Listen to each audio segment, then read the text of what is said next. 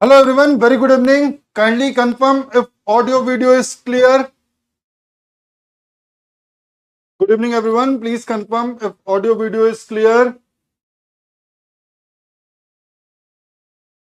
All clear. Good evening Ganesh, Pravesh, Aniket. Okay. So, let's start with the third lecture of transaction and concurrency control. Sir कल हमने schedule समझा क्या होता है, serial schedule क्या होता है, concurrent schedule, why do we need concurrent schedule, उसके बारे में समझा. ठीक है. एसिड प्रॉपर्टीज के सारे कॉन्सेप्ट हम कंप्लीट कर चुके हैं. एटॉमिसिटी, या तो कोई भी ऑपरेशन एग्जीक्यूट मत करो या तो सारे के सारे एग्जीक्यूट करो. इसको इंश्योर करने के लिए हम ये इंश्योर करने के लिए कि एटॉमिसिटी इज गारंटीड, हम यूज करते हैं recovery management component. Recovery management component use करता है ट्रांजेक्शन लॉग का. सो अगर कभी ट्रांजेक्शन फेल होता है तो ट्रांजेक्शन लॉग में जो ओल्ड वैल्यूज हैं उनसे हम अपडेट कर देते हैं डेटा आइटम्स की वैल्यू को. डेटा आइटम है and it is called roll backing of the transaction. ठीक है. चलिए, उसके अलावा हमने बोला ड्यूरेबिलिटी, जितने ज्यादा केसेस में आप रिकवर कम कर पाओगे फेल्योर से, आपका सिस्टम उतना ज्यादा ड्यूरेबल होगा. आइसोलेशन के लिए हमने कहा कि भाई अगर दो या दो से ज्यादा ट्रांजेक्शन कॉन्करेंटली एग्जीक्यूट कर रहे हो तो किसी को भी किसी दूसरे ट्रांजेक्शन के साथ एग्जीक्यूट कर रहा है, ये फीलिंग नहीं आनी चाहिए. नाउ टू इंश्योर दैट हमने ये बोला कि आपका जो कॉन्करेंट एग्जीक्यूशन है उसका बिहेवियर किसी ना किसी सीरियल शेड्यूल के इक्विवेलेंट होना चाहिए. ठीक है. So isolation says what, that schedule must be serializable schedule. इसका डिस्कशन और करेंगे आज थोड़ी क्लास में.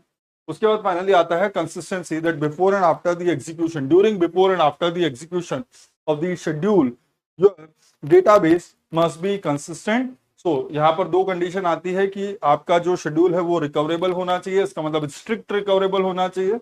और जो दूसरी कंडीशन है वो ये, दैट आपका जो शेड्यूल है वो सीरियलाइजेबल होना चाहिए. तो ये दो चीजों के हम बारे में बात करेंगे. तो क्या, चलिए छोड़ते हैं इनको, जैसे जैसे आगे चलते जाएंगे वैसे वैसे देखते जाएंगे. तो वापस से इक्विवेलेंट शेड्यूल की डेफिनेशन दूंगा और सीरियलाइजेबल शेड्यूल देखने की कोशिश करेंगे कि जो गिवन शेड्यूल्स हैं वो सीरियलाइजेबल शेड्यूल हैं या नहीं. उसके अलावा will discuss different types of problems which may be present in the schedule if the schedule is a non serializable schedule. ठीक है. तो ये सारी की सारी प्रॉब्लम्स पॉसिबल हैं अगर आपके ट्रांजेक्शन्स कॉन्करेंटली एग्जीक्यूट करते हैं.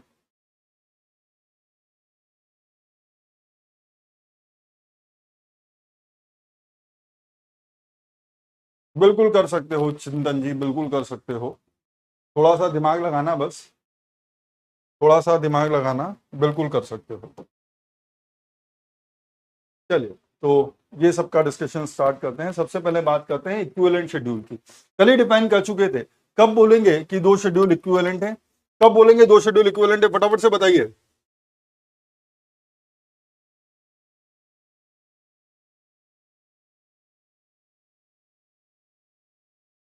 For two schedules to be equivalent, what every read must be same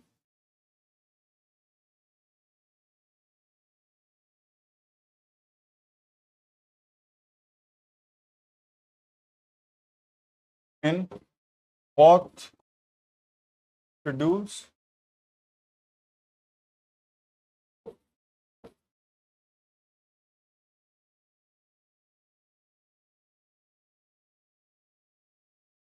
Second, final update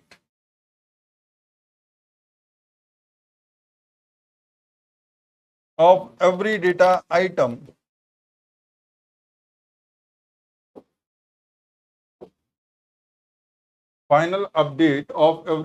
item should also be same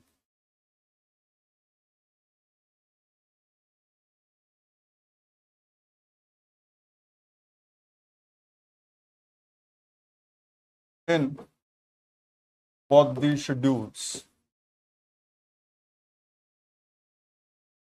कल ही कर चुके हैं, लेकिन आज इसका थोड़ा सा यूज है, तो ये लोग जो आज आए हैं कल नहीं आए थे, इनके लिए इट विल बी हेल्पफुल। ठीक है, चलिए फिर क्या होता है serializable schedule, final update and every read must be see, right.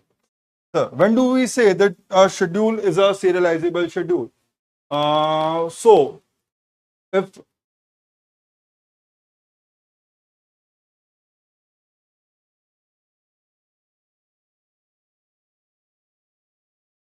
if behavior of schedule, if behavior of given schedule is equivalent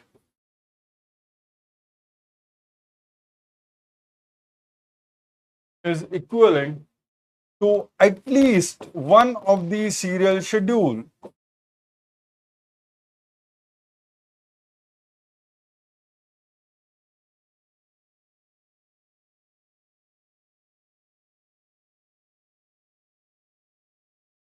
if behavior of given schedule is equivalent to one of the serial schedule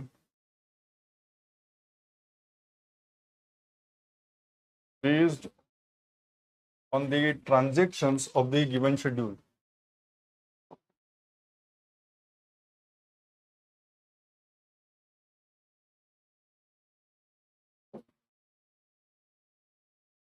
ये कोई बहुत बड़ी बात नहीं है जो मैंने लिख दी इसको। If behavior of given schedule is equivalent to at least one of the serial schedule, then schedule is called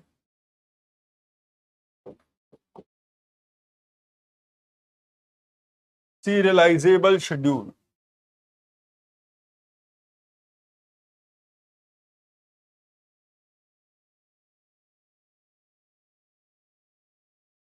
चलिए फटाफट से क्वेश्चन देखते हैं।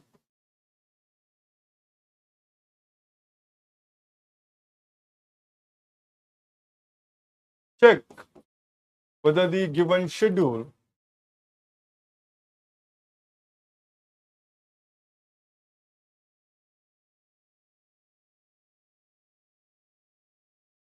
is a serializable schedule or not.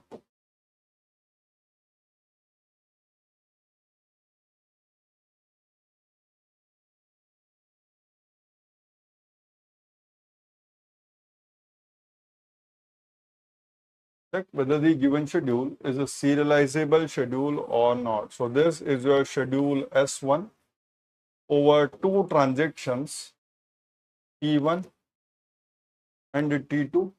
Operation are somewhat like this: is the read of data item A, write of data item A, write of data item B, and read of data item B.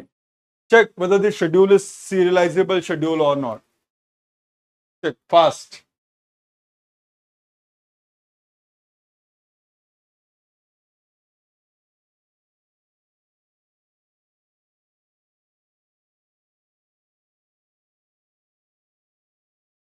बोलो बोलो बोलो।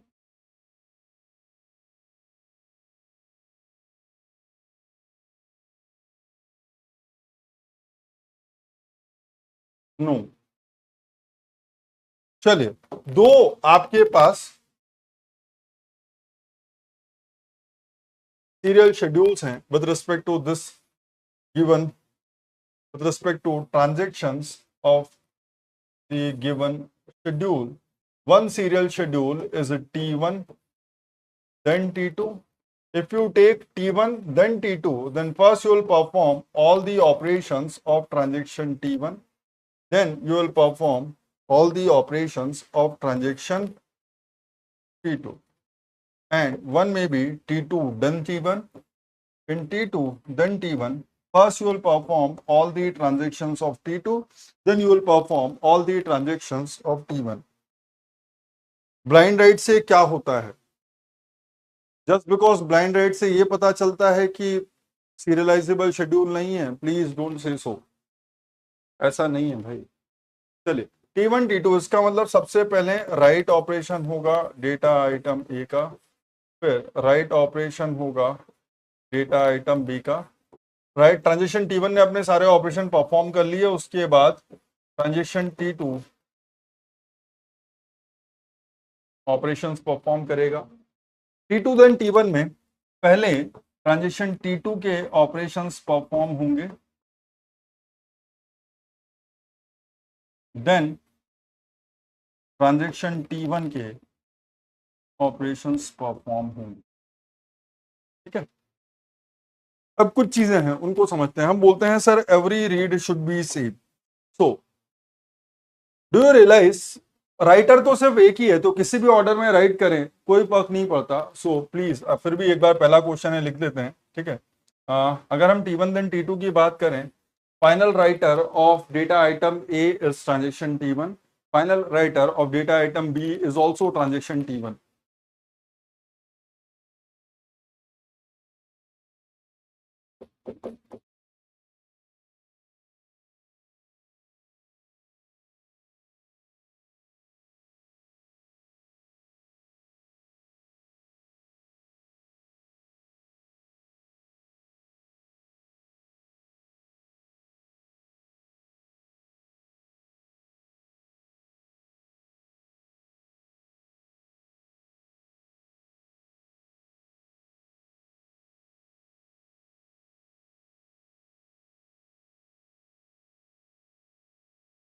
तो दोनों ही case में देखो और कोई writer है ही नहीं, तो आपको चिंता करने की जरूरत ही नहीं है। फाइनल राइटर ट्रांजेक्शन T1 है यहाँ भी, फाइनल राइटर ट्रांजेक्शन T1 है यहाँ भी, और यहाँ भी कोई और तो राइट करता ही नहीं है, सिर्फ ट्रांजेक्शन T1 ही राइट करता है। तो final writer of data item A will also भी transaction T1, final writer of data item B will also भी ट्रांजेक्शन T1। फाइनल राइटर कहने का मतलब कि उस पर्टिकुलर डेटा आइटम को के ऊपर लास्ट राइट ऑपरेशन परफॉर्म करने वाला ट्रांजेक्शन कौन था, लास्ट राइट। उसके बाद कुछ रीड हुआ हो उससे फर्क नहीं पड़ता, लास्ट राइट ऑपरेशन परफॉर्म करने वाला कौन था, ठीक है।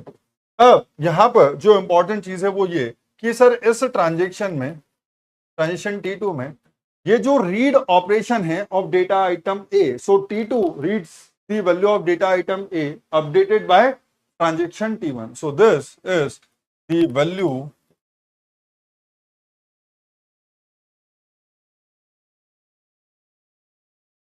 updated by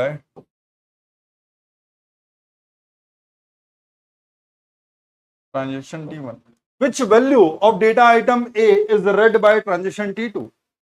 sir transaction T2 data item A की कौन सी वैल्यू रीड कर रहा है? ट्रांजेक्शन T2 रीड कर रहा है value of data item A जो अपडेट की है ट्रांजेक्शन T1 ने। क्यों? क्योंकि T2 का जो रीड है वो ट्रांजेक्शन T1 के डेटा आइटम ए के राइट ऑपरेशन के बाद है। हाँ या ना?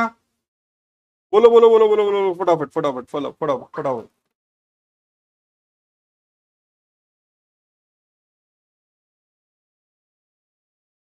समझ में आ रहा है तो बताओ, नहीं समझ में आया तो बताओ। दोनों चीजें जब मैं बोल रहा हूं that transaction T2 reads the value of data item A updated by transaction T1। यहां से देखो सर यहां पर क्या हो रहा है। सर ये जो रीड है डेटा आइटम ए का इन ट्रांजेक्शन T2, सो यहां पर transaction T2 reads the value of data item A which is present in the database before starting any of the transaction of schedule S1। Yes और no? जब आप schedule S1 की बात करते हो तो शेड्यूल S1 में ट्रांजेक्शन T2 कौन सी वैल्यू रीड कर रहा है डेटा आइटम ए की? सर शेड्यूल S1 में transaction T2 data item A की वो वैल्यू रीड कर रहा है, वो वैल्यू रीड कर रहा है जिसको, जो वैल्यू प्रेजेंट थी, जो वैल्यू प्रेजेंट थी इनिशियल डेटाबेस में। What do I mean by initial database? जो वैल्यू डेटाबेस में प्रेजेंट थी इस शेड्यूल के किसी भी ट्रांजेक्शन का कोई भी ऑपरेशन परफॉर्म होने से पहले, ठीक है। सो व्हाट डू वी से? Sir read this read of A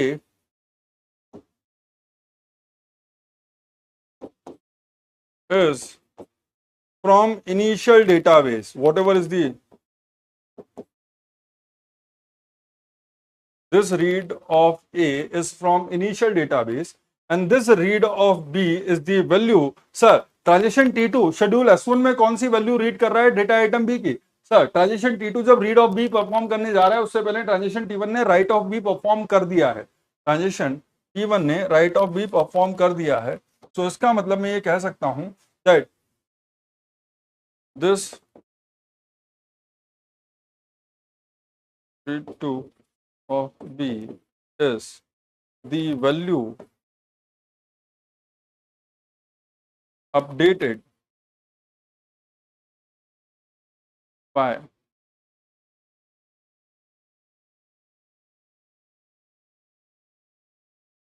transaction T1। Clear?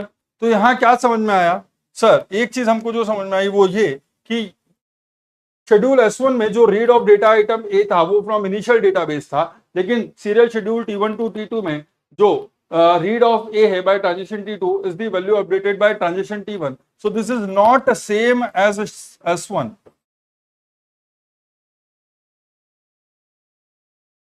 This is not same as S1।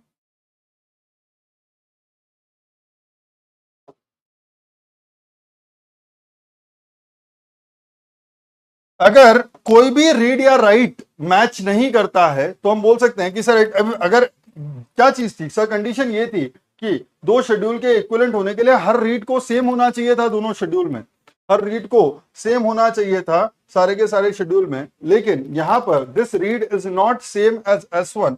Therefore can I say that S1 is actually not equivalent to serial schedule T1 then T2, because in serial schedule T1 the T2 the read of data item A will be the value updated by T1, whereas in schedule S1 the read of data item A is from the initial database।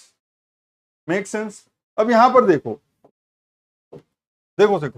Sir, जब मैं इस read of ए की बात करता हूं then this read of A is from initial database, read 2 of A is from initial database।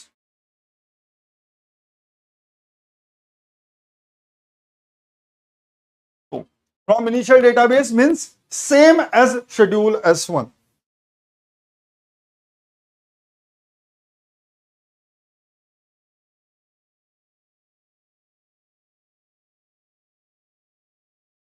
Same as schedule S1, लेकिन ये जो रीड 2 ऑफ बी है it is also from initial database.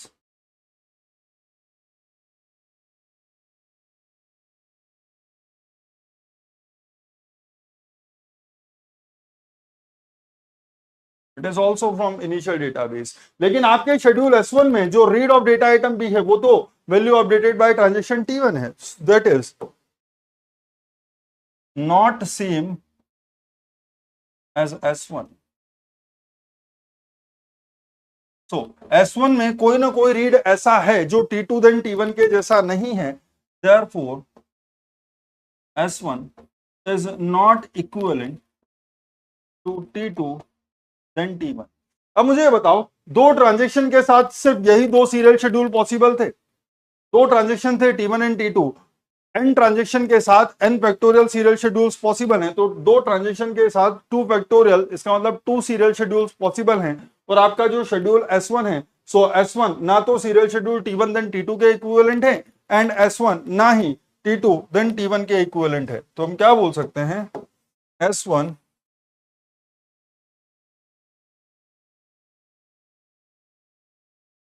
is not equivalent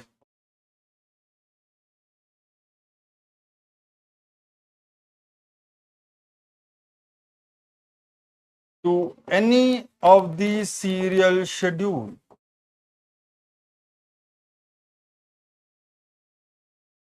S1 is not equivalent to any of the serial schedule, therefore S1 is not a serializable schedule।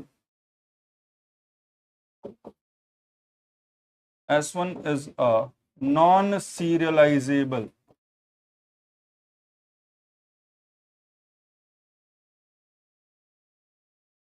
schedule। S1 serializable schedule है या non serializable schedule? S1 is a non-serializable schedule। Clear?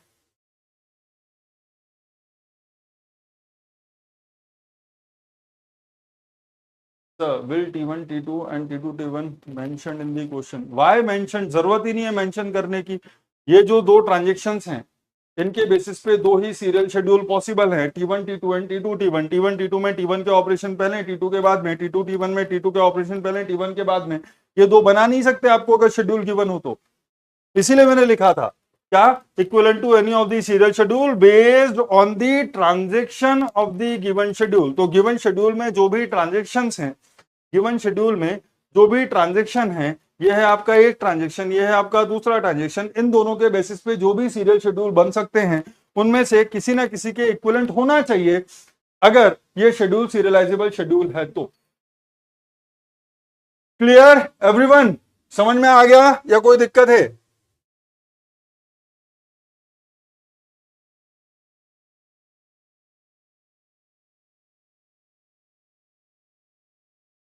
Clear, चलिए दूसरा देखते हैं। S2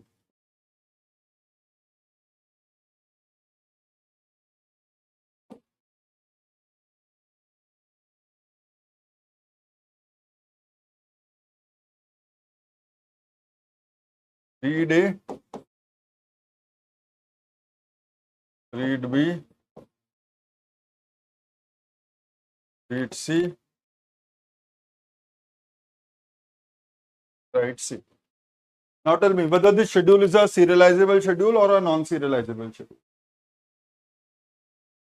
देखो भाई, गलती से मैंने कई कई बार टेस्ट सीरीज में ऐसे क्वेश्चन लिखे देखे हैं।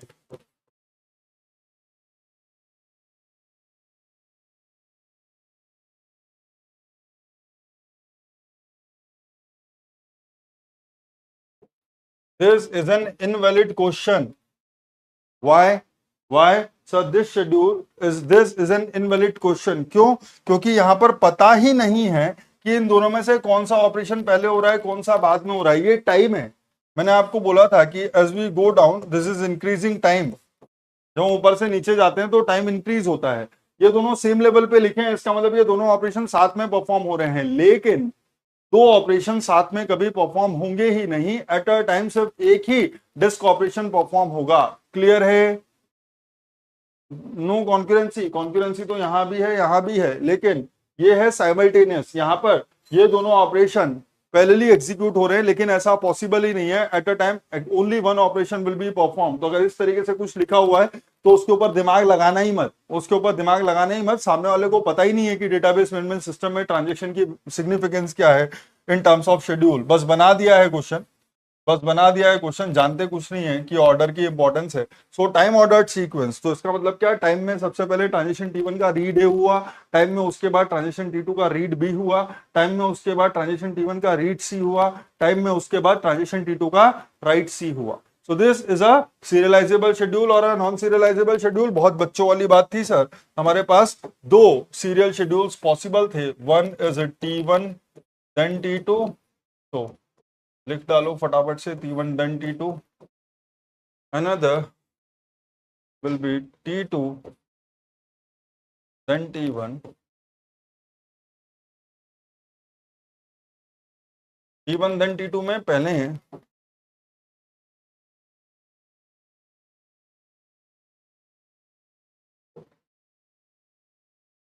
ट्रांजेक्शन T1 के operation, that is read 1 of A, read 1 of C, this is read 2 of B, right 2 of C। यहाँ पर read 2 of B, right 2 of C, read 1 of A, read 1 of C।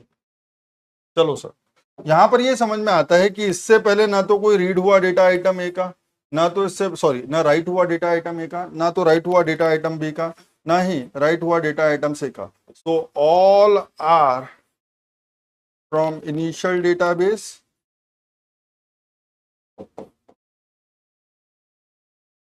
all are from initial database। C is finally updated by T2।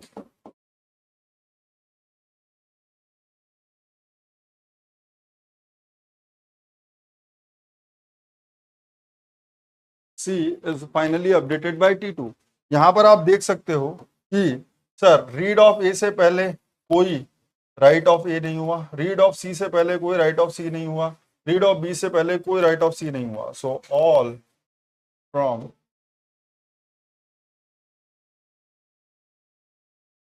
initial database, and here also C is finally updated by T2।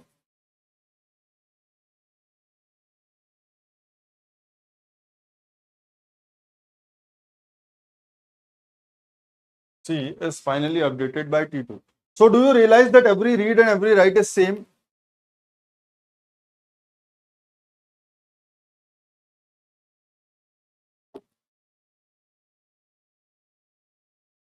S2, let's call it S2.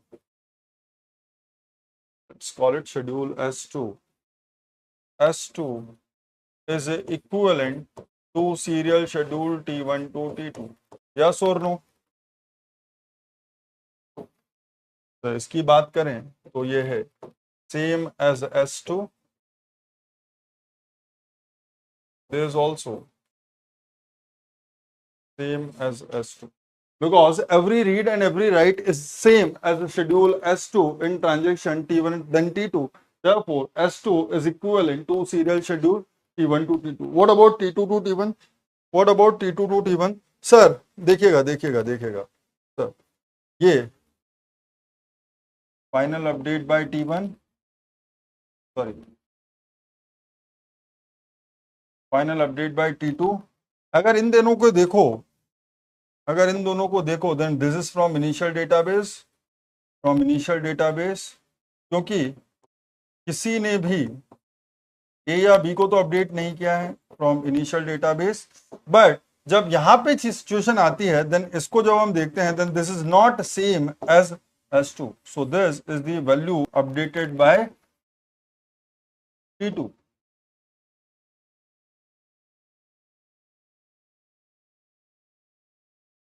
Value updated by T2. If it is the value updated by T2, then this is not same as S2.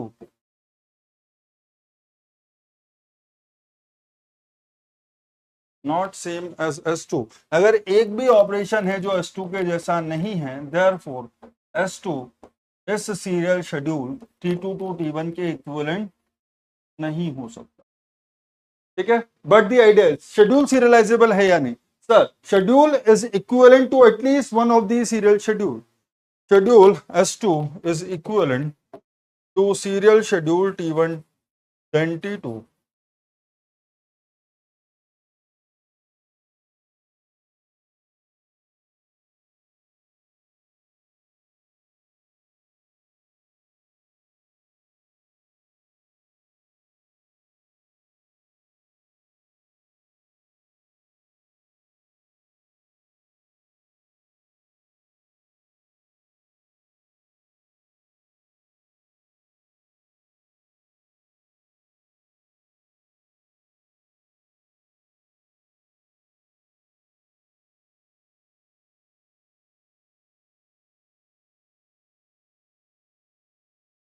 Schedule S2 is a serializable schedule. Clear?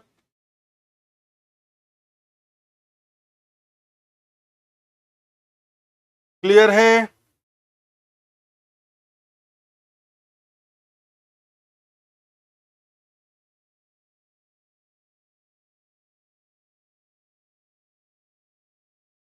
चलिए अगला देखते हैं.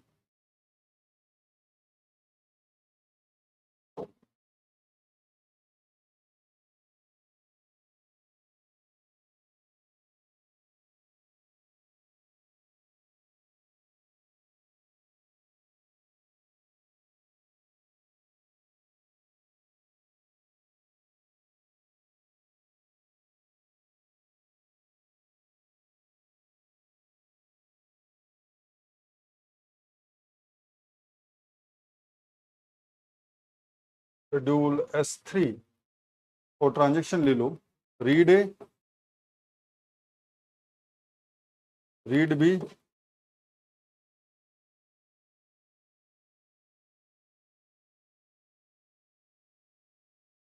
कहाँ डाल दें? यहाँ डाल दो.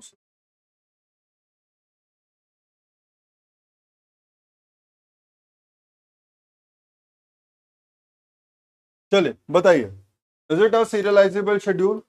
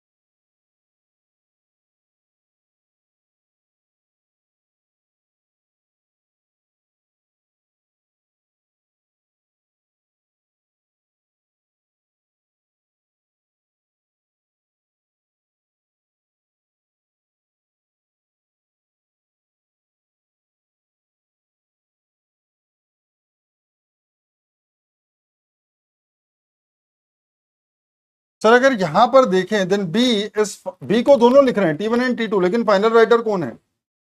T1. B is finally updated by T2.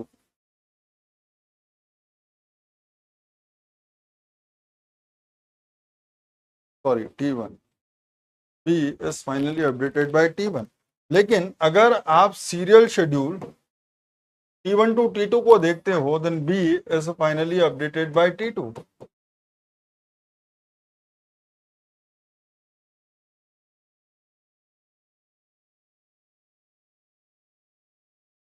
B is finally updated by T1 in S3.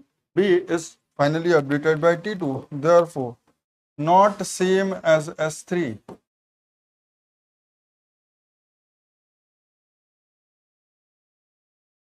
Therefore, S3 is not equivalent to serial schedule T1 then T2. Let's talk about serial schedule T2 then T1. So first we'll have the operation of transaction T2.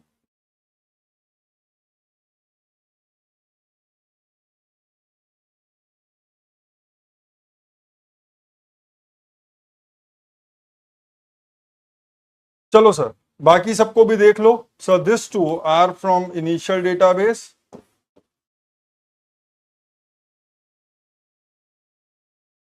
किसी ने ए या B को right किया है क्या? इससे पहले T1 या T2 रीड करते इनको?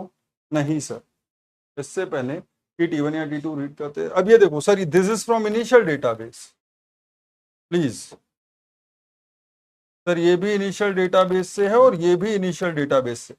आप में से कुछ लोग कहेंगे sir already write operation perform हो चुका है, लेकिन ये write operation data item B पे है और मैं रीड कर रहा हूं डेटा आइटम ए को, तो अभी तक ट्रांजेक्शन T2 ने डेटा आइटम ए को तो नहीं लिखा है ना. सो both from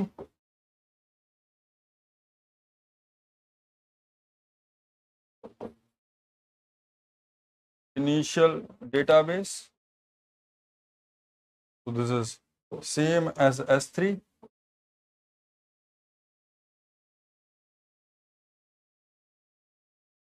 As S3, and B is finally updated by T1.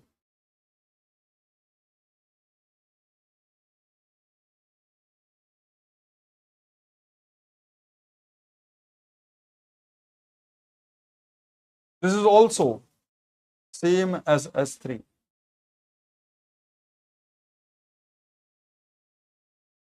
So every read is the same as schedule S3. Every write is also same as schedule S3.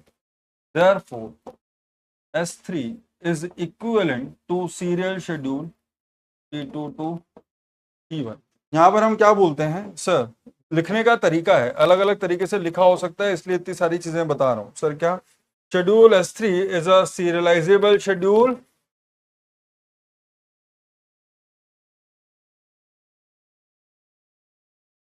Schedule S3 is a serializable schedule. ठीक है, चलो अब अगर ये serialisable schedule बोलेगा तो ये एक और चीज बोलेगा, what is the equivalent serial schedule?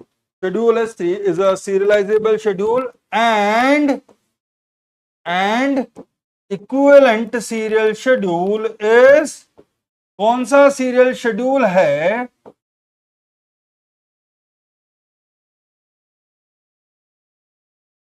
जो S3 के इक्विवेलेंट है? So equivalent serial schedule is T2 then T1. ठीक है,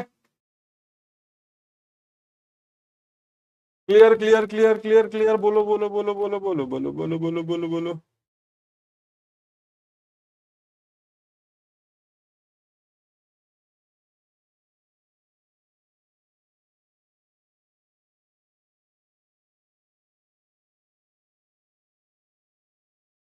अच्छा, अगला देख लो.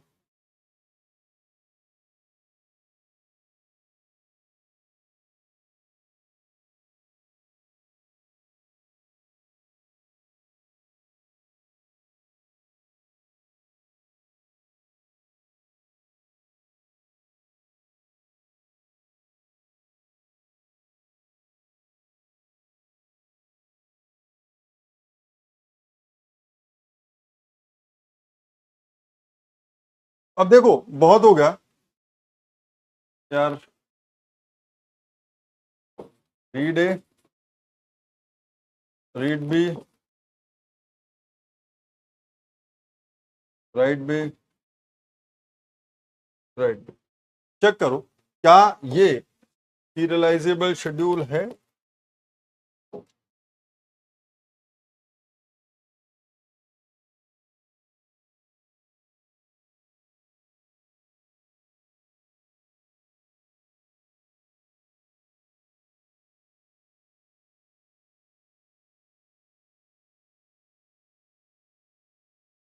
अब देखो इंट्यूशन से करना है ये सब, ये तो आपने समझा दिया। समझाने के लिए इतने एग्जाम्पल बहुत थे कि आपको करना क्या है। समझाने के लिए इतने एग्जाम्पल बहुत थे कि आपको करना क्या है। सर जब मैं T1 टू T2 लिखूंगा, सर जब मैं T1 टू T2 लिखूंगा तो ये राइट ऑफ बी ऊपर चला जाएगा, ये रीड ऑफ बी नीचे आ जाएगा। इसका मतलब T2 will read the value updated by transition T1, T2 will read the value updated by transition T1। तो क्या मैं ये बोल सकता हूं that S4 will not be equivalent to serial schedule T1 then T2, will not be equivalent to serial schedule T1 then T2, because in given schedule S4 this read B is from initial database, but in schedule T1 to T2 this read of B will be the value updated by T1. Similarly if T2 then T1 तो ये ऊपर चले जाएंगे, ये नीचे चले जाएंगे। Sir given schedule में final update of the data item B is by transition T2, but T2 then T1 में B will be finally updated by transition T1. So I can say that S4 is not equivalent to T2 then T1. Therefore S4 is a non-serializable schedule.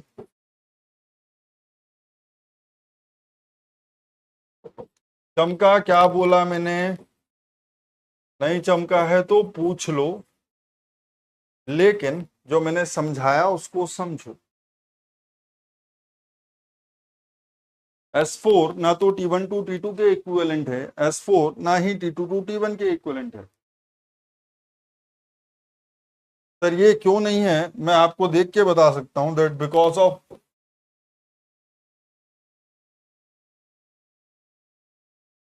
Read B of transaction T2 and this is not equivalent because of final update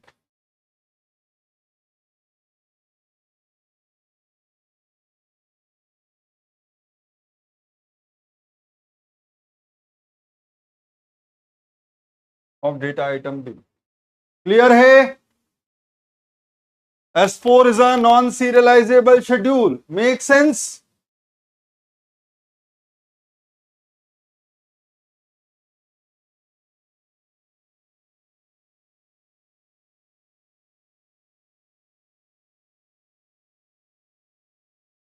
Madhu and Aparna,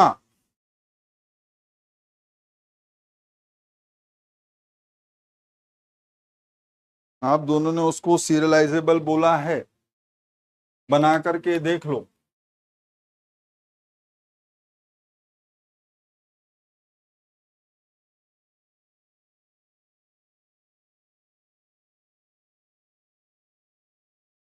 चले anyway, but please try to understand, ये जो कुछ भी मैं आपको समझा रहा हूं ना, ये चीजों को समझने के लिए बता रहा हूं। ये जो कुछ भी मैं आपको समझा रहा हूं ये चीजों को समझने के लिए बता रहा हूं, लेकिन एक्चुअल में इस तरह से चेक करना कि शेड्यूल सीरियलाइजेबल शेड्यूल है या नहीं will be a wastage of time. समझो अभी तक मैं सिर्फ कितने ट्रांजेक्शन ले रहा हूं? सर सिर्फ 2 ट्रांजेक्शन ले रहा हूं, तो मुझे 2 फैक्टोरियल, इसका मतलब सिर्फ 2 ट्रांजेक्शन के साथ चेक करना पड़ रहा है। अगर मेरे शेड्यूल में 3 ट्रांजेक्शन हुए तो 3 फैक्टोरियल, इसका मतलब मुझे ये देखना पड़ेगा कि वो 6 में से अगर किसी भी एक के इक्विवेलेंट है तो सीरियलाइजेबल है। इसका मतलब मुझे 6 शेड्यूल के साथ चेक करना पड़ेगा कि क्या ये 6 में से किसी भी एक के इक्विवेलेंट है। सिमिलरली अगर शेड्यूल में 4 ट्रांजेक्शन हो गए तो 24 सीरियल शेड्यूल्स आर पॉसिबल। अब मुझे गिवन शेड्यूल को 24 शेड्यूल्स के साथ चेक करना पड़ेगा कि वो उनमें से किसी के भी इक्विवेलेंट है या नहीं, to decide whether the given schedule is a serializable schedule और नॉट। तो मैंने अभी आपको बेसिक कॉन्सेप्ट बता दिया है जहां से हम ये डिफाइन करेंगे कि क्या है सीरियलाइजेबल शेड्यूल। ठीक है, यहां से हमने ये डिफाइन कर दिया कि क्या मतलब है सीरियलाइजेबल शेड्यूल का, लेकिन एक्चुअल में ये प्रोसेस यूज करना will be very time consuming, क्योंकि अगर हम लोगों ने ये same exact same process use की तो भाई बर्बाद हो जाएंगे। फिर अगर कहीं भी 3-4 ट्रांजेक्शन आ गए then a lot of time will be wasted. अगर 3-4 ट्रांजेक्शन आ गए तो बहुत सारा टाइम हमारा वेस्ट हो जाएगा इसी चीज को चेक करने में कि शेड्यूल सीरियलाइजेबल शेड्यूल है या नहीं। क्लियर? चलो, तो ये हो गई बेसिक अंडरस्टैंडिंग, जिसको जाकर के हम आगे और क्लासिफाई करने की कोशिश करेंगे जब हम देखेंगे classification of schedule based on serialisability. तो वहां पर मैं दो डिफरेंट कॉन्सेप्ट डिफाइन करूंगा, one is conflict serialisable schedule, another will be view serializable schedule, conflict serializable schedule and view serializable schedule। लेकिन वो इजी होगा ये चेक करने के लिए कि शेड्यूल सीरियलाइजेबल शेड्यूल है या नहीं। लेकिन अभी के लिए बेसिक के ऊपर फोकस करते हैं कि सीरियलाइजेबिलिटी का कॉन्सेप्ट आया कहां से। अगर आपके शेड्यूल का बिहेवियर किसी ना किसी सीरियल शेड्यूल के इक्विवेलेंट है तो अगर वो कॉन्करेंटली एग्जीक्यूट हुए तो कभी किसी ट्रांजेक्शन को पता ही नहीं चलेगा कि वो किसी के साथ एग्जीक्यूट कर रहा है। वो जिस सीरियल शेड्यूल के इक्विवेलेंट है वो मान लेगा, वो ये एज्यूम कर लेगा कि शायद मेरा एग्जीक्यूशन इस गिवन ऑर्डर में हो रहा है। वो ये एज्यूम कर लेगा कि शायद मेरा एग्जीक्यूशन इस गिवन ऑर्डर में हो रहा है, मैं किसी के साथ तो एग्जीक्यूट नहीं कर रहा हूं, मैं किसी के साथ तो एग्जीक्यूट नहीं कर रहा हूं। यही हमको इंश्योर करना है आइसोलेशन में कि ट्रांजेक्शंस को कभी ये पता ना चले कि वो किसी के साथ एग्जीक्यूट कर रहे हैं। क्लियर? चलो, अब बात आती है problems because of concurrent execution of transactions.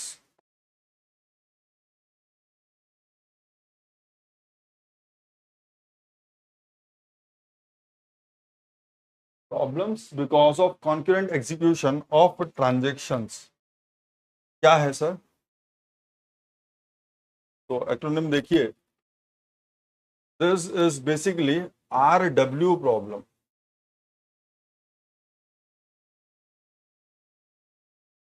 Sir this is the sequence of operation. Please, generally हम एब्रिविएशन पे जाते हैं तो हमको लगता है रीड आफ्टर राइट, हमको लगता है कि रीड आफ्टर राइट। नहीं, ये क्या है सर? एक्चुअल में ये है RW प्रॉब्लम, या तो फिर हम उसको बोलते हैं read write not after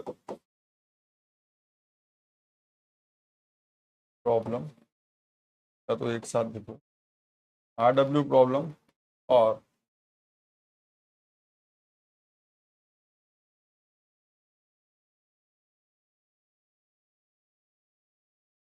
read write problem. और सुनिए, RW problem, read write problem, actual में हो क्या रहा है? पहले रीड हो रहा है फिर राइट हो रहा है। तो इसको जब आप डिफाइन करोगे आफ्टर की सिचुएशन में तो ये है एक्चुअल में right is happening after read, तो एब्रिवेशन नहीं है।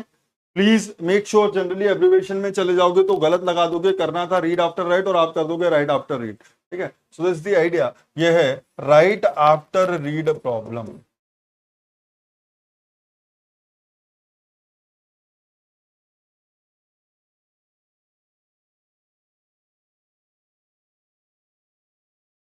क्या सर? ये जो right, this is a sequence of operation कि पहले रीड हो रहा है फिर राइट हो रहा है, तो रीड हो रहा है फिर राइट हो रहा है, इसका मतलब राइट एक्चुअल में रीड के बाद हो रहा है, इसका मतलब राइट एक्चुअल में रीड के बाद हो रहा है। क्लियर?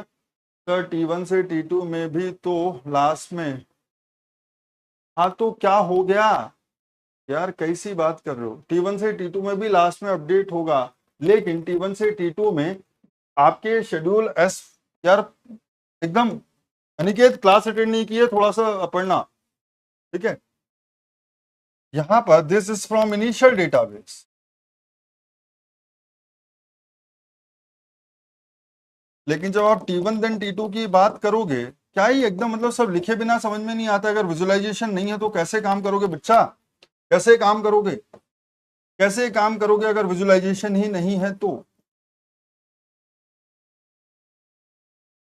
कैसे करोगे सर? फाइनल अपडेट तक तो ठीक है, लेकिन अब जब मैं ये रीड ऑपरेशन परफॉर्म कर रहा हूं डेटा आइटम बी पे, उससे पहले ट्रांजेक्शन T1 राइट कर चुका है, तो ये क्या होगा sir? This read of B is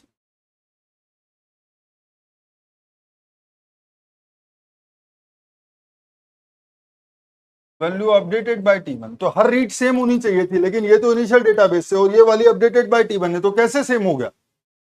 Aparna yes बोला, फिर इतनी देर बाद डाउट बोला।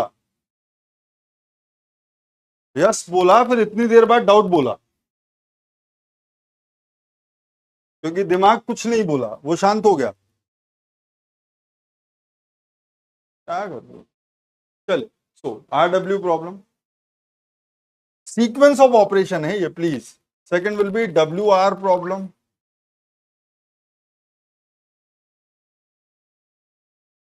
Again sequence of operation, that is right read problem.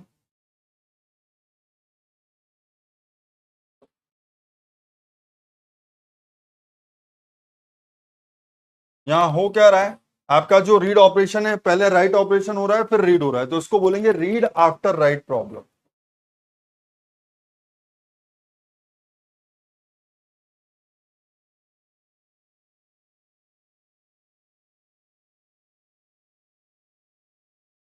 Define करेंगे इनको। Third one is WW problem.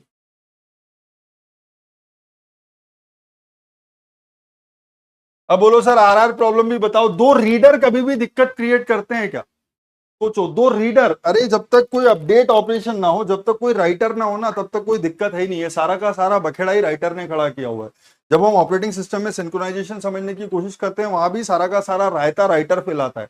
जब तक कोई राइटर ना आए, तब तक जीवन सबका मस्त चल रहा होता है। रीडर से किसी को कोई दिक्कत नहीं है, राइटर से दिक्कत है। सारे जितना भी मार्केट में दिक्कतें चल रही है ना, सब राइटर्स के कारण है। This is right write problem. अब इसमें तो क्या राइट आफ्टर राइट, ये तो एक ही बात है।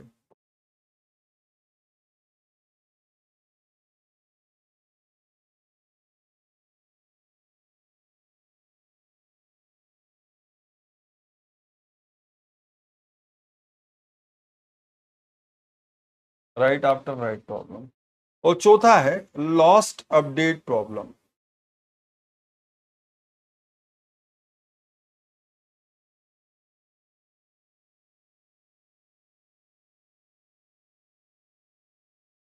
चौथा है लॉस्ट अपडेट प्रॉब्लम। चलिए, ये जो तीन प्रॉब्लम है, ये सिर्फ और सिर्फ तब एग्जिस्ट करती हैं, वो exist only if schedule is a non-serializable schedule. This three problem will exist only if schedule is a non-serializable schedule.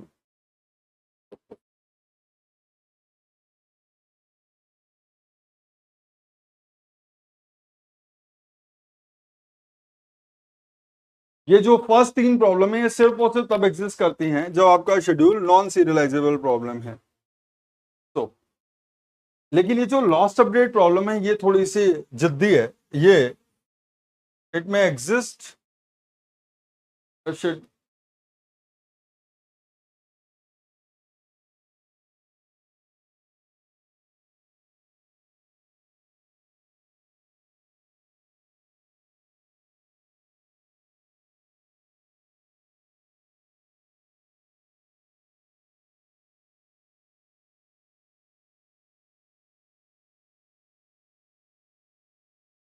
it may exist in a non-serializable schedule as well as in serializable schedule.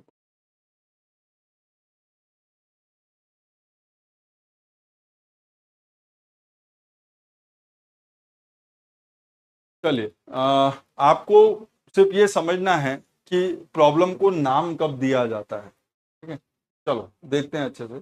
तो first one is RW problem. First one is RW problem, that is write after read problem. इसकी बात कर रहे हैं sir, right after read problem की बात कर रहे हैं। ठीक है, तो सबसे पहले कुछ चीजें समझने की जरूरत है कि sequence of read write operation क्या है। तो RW problem that is right, सुनो अच्छे से, राइट होगा किसके बाद? After read.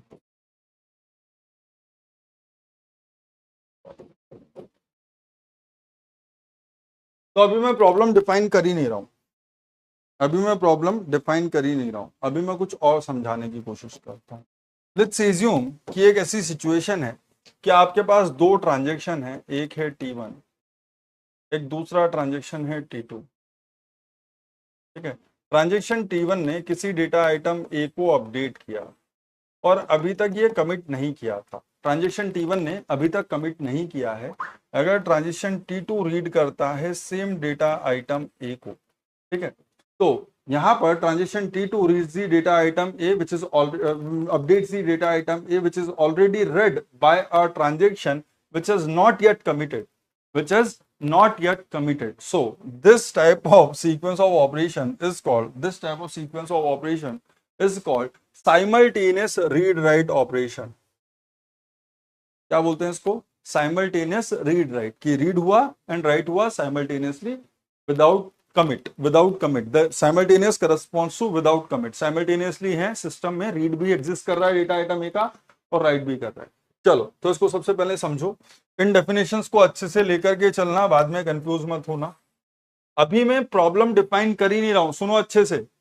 अभी मैं RW प्रॉब्लम डिफाइन कर ही नहीं रहा हूं, अभी मैं सिर्फ क्या डिफाइन कर रहा हूं सर? अभी मैं डिफाइन करने की कोशिश कर रहा हूं, चलेगा क्या? नहीं चला।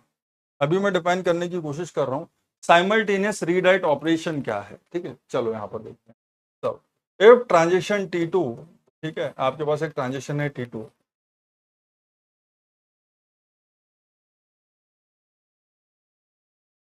इफ ट्रांजेक्शन T2 अपडेट्स, क्या कर रहा है? ये अपडेट कर रहा है।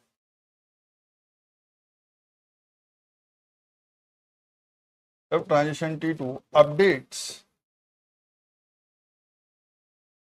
the data item A, if transition T2 updates the data item A, which is already read,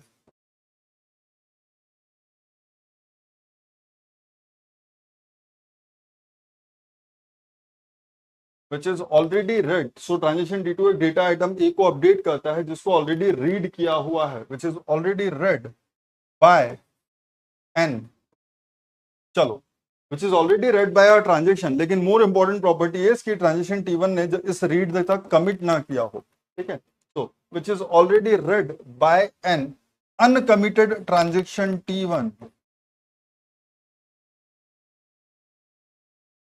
which is already read by an uncommitted transaction T1,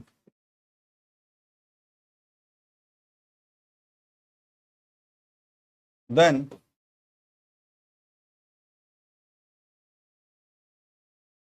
sequence of operation is called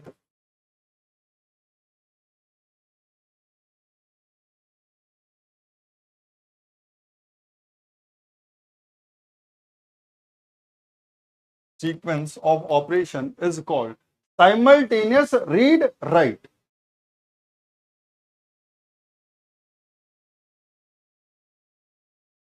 confusion नहीं आने देना, अच्छे से समझ लो।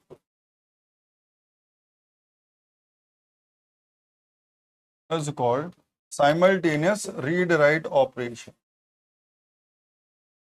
तो मुझे बताओ, हाँ क्या सर, ट्रांजिशन T2 एक डेटा आइटम ए को अपडेट करता है जिसको ट्रांजिशन T1 ने ऑलरेडी रीड किया हुआ है एंड इसने अभी तक कमिट नहीं किया है। तो ये क्या है sir? It is a simultaneous read write operation. This is called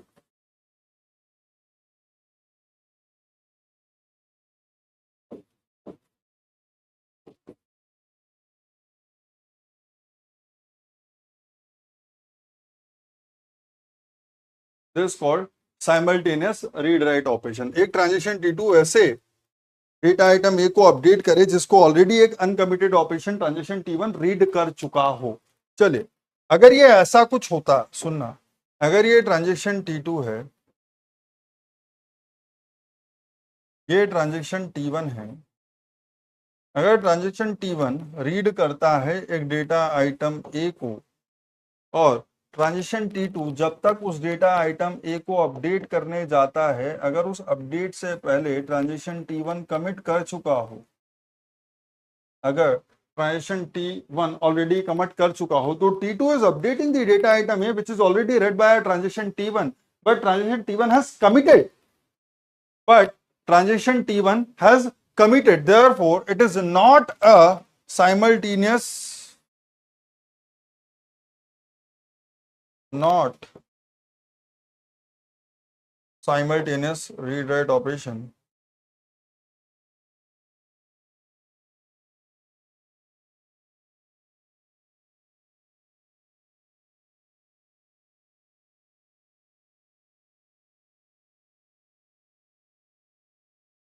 because of what? This commit, because of this commit. Clear है? क्या है साइमल्टेनियस रीड राइट ऑपरेशन, समझ में आया? अगर ट्रांजेक्शन टीजे किसी ऐसे डेटा आइटम ए को अपडेट करता है जिसको ऑलरेडी किसी ट्रांजेक्शन टी आई ने रीड किया हुआ है एंड ट्रांजेक्शन टी आई ने अभी तक कमिट नहीं किया है, then that sequence of operation will be called simultaneous read write operation. ये देखो प्रवेश जी, भाई रोज आ जाया करो क्लास में, इसलिए रोज आ जाया करो ना क्लास में कभी कभी। जब भी कोई ट्रांजेक्शन कंप्लीट होता है तो जनरली उन चीजों को डेटाबेस में परमानेंट करने के लिए हम ट्रांजेक्शन को कमिट करते हैं। ट्रांजेक्शन कमिट मींस जो कुछ भी वैल्यू लिखी गई हैं अब वो डेटाबेस में परमानेंट हो गई हैं। अगर आप कमिट के बिना सिस्टम बंद कर दोगे तो जो कुछ भी आपने किया वो सारा का सारा रोल बैक हो जाएगा, क्योंकि सिस्टम ये मान के चलेगा दैट ट्रांजेक्शन फेल्ड। ठीक है, चलो जिनको पता है उनको दिक्कत नहीं है, आते हैं। Okay, so RW problem that is write after read problem actual में क्या है? सुनिए सुनिए सुनिए सुनिए सुनिए, किसी शेड्यूल में आरडब्ल्यू प्रॉब्लम कब एग्जिस्ट करेगी? सो this is important note, a schedule is said to have read write problem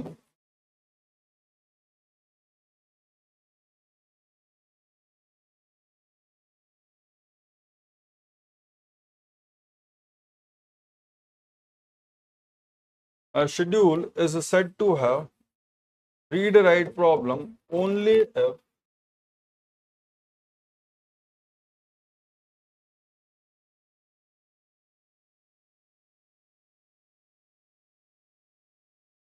a schedule is said to have read write problem if and only if two conditions are satisfied. First one is what? Simultaneous read write operation should exist.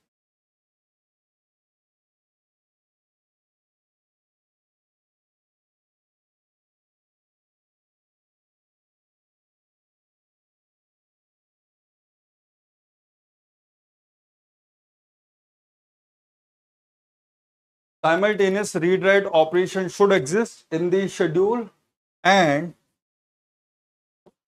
second, क्या बोला था sir अभी? Sir problem सिर्फ तब होगी, ये problem सिर्फ तब एग्जिस्ट करती है जब शेड्यूल नॉन सीरियलाइजेबल शेड्यूल हो। तो the second thing is schedule must be a non serializable schedule.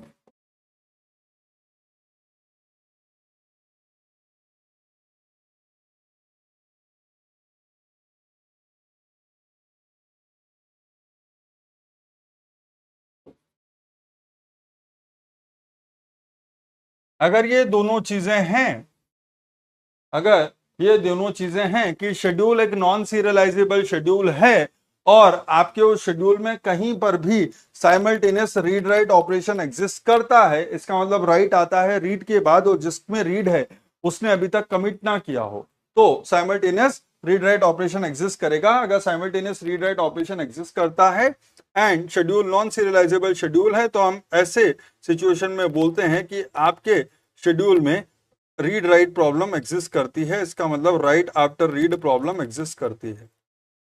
Clear? आप लिया? चलो sir, this second one is more important, W R problem. सब बहुत सारे नाम है सर इसके, बहुत सारे नाम है। डब्ल्यू आर प्रॉब्लम और राइट रीड प्रॉब्लम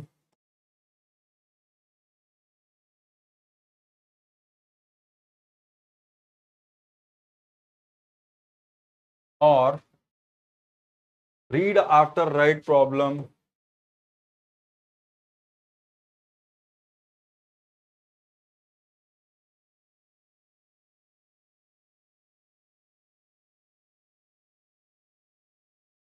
और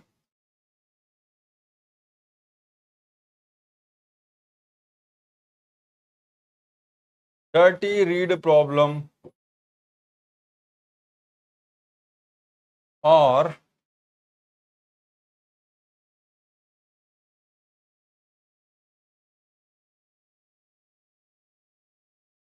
अनकमिटेड रीड प्रॉब्लम, बहुत सारी चीजें, बहुत सारे नाम। ठीक है, चलिए देखिए सर क्या है कॉन्सेप्ट, वही है क्या sir, simultaneous write read operation exist करना चाहिए। तो क्या पहले राइट होना चाहिए फिर रीड होना चाहिए? तो कहानी क्या है सर, एक ट्रांजेक्शन है T1, एक दूसरा ट्रांजेक्शन है T2। ठीक है ना, ट्रांजेक्शन T1 ने डेटा आइटम ए को अपडेट किया, अभी तक इसने कमिट नहीं किया, और इसके कमिट करने से पहले ट्रांजेक्शन T2 ने डेटा आइटम ए को रीड कर लिया। अगर ऐसा हुआ, अगर ऐसा हुआ कि ट्रांजेक्शन T2 ने ट्रांजेक्शन T1 की लिखी हुई वैल्यू को रीड कर लिया, तो इसको बोलते हैं simultaneous write read operation.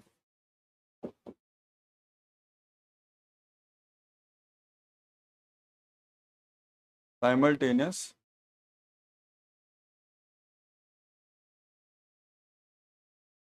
Right read operation, और इस रीड को बोलते हैं डर्टी रीड, गंदा रीड है ये, डर्टी रीड और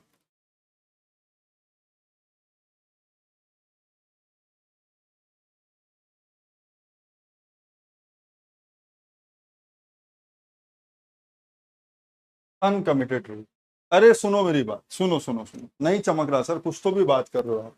इस रीड को डर्टी रीड क्यों बोला जाता है? इस रीड को डर्टी रीड क्यों बोला जाता है? सुनिएगा सर, ये रीड है डर्टी रीड क्यों? क्योंकि मैंने एक ऐसे ट्रांजेक्शन की लिखी हुई वैल्यू को रीड किया है जो ट्रांजेक्शन अभी तक कमिट नहीं हुआ है। सुनो अच्छे से, जाग जाओ, सो रहे हो तो जाग जाओ, अदरवाइज बाद में मुझसे बोलोगे कि सर क्या हुआ, अदरवाइज बाद में मुझसे बोलोगे कि सर क्या हुआ। अगर सो रहे हो तो जाग जाओ, है ना। ट्रांजेक्शन T2 रीड करता है एक वैल्यू ऑफ डेटा आइटम है। सर कौन सी वैल्यू? एक ऐसी वैल्यू जो लिखी गई है किसी और ट्रांजेक्शन T1 के थ्रू, जो लिखी है किसने? ट्रांजेक्शन T1 ने। तो ट्रांजेक्शन T2 अब अपने आगे की कहानी के ऊपर काम करेगा। सुनिएगा, ट्रांजेक्शन T2 अब अपने कहानी के ऊपर काम करेगा based on the value of data item A, जो उसने एक ऐसे ट्रांजेक्शन से रिसीव की है जो अभी तक कमिट नहीं किया है, जो उसने एक ऐसे ट्रांजेक्शन से रिसीव की है जो अभी तक कमिट नहीं किया है। Now my question is, sir अगर कल को ये ट्रांजेक्शन T1 कमिट नहीं किया है, इसका मतलब देयर आर फुल पॉसिबिलिटी कि ये ट्रांजेक्शन T1 फेल कर जाए, आया ना? तो देयर इज अ पॉसिबिलिटी कि ट्रांजेक्शन T1 फेल कर जाए। Make sense? अगर ट्रांजेक्शन T1 ने कमिट नहीं किया है और उसके कमिट करने से पहले आपने उसकी लिखी हुई वैल्यू उठा ली और उसको सही मान करके काम करने लगे, ट्रांजेक्शन T1 ने कमिट नहीं किया है, आपने उसके कमिट करने से पहले उसकी लिखी हुई वैल्यू उठा ली और उस वैल्यू के ऊपर काम करने लगे, तो आप एक्चुअल में एक ऐसी गंदी वैल्यू के काम कर रहे हो जो कभी भी इनकरेक्ट हो सकती है। मतलब क्या सर, अगर ये ट्रांजेक्शन T1 फेल हो जाता है, सिर्फ सुनने की जरूरत है, लिखने की नहीं।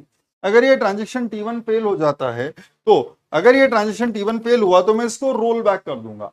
अगर मैं इसको रोल बैक करूंगा तो जो कुछ भी वैल्यू होगी होगी डेटा आइटम ए की before transaction T1 rights this operation, database में एक्चुअल में वो ओल्ड वैल्यू चली जाएगी डेटा आइटम ए की।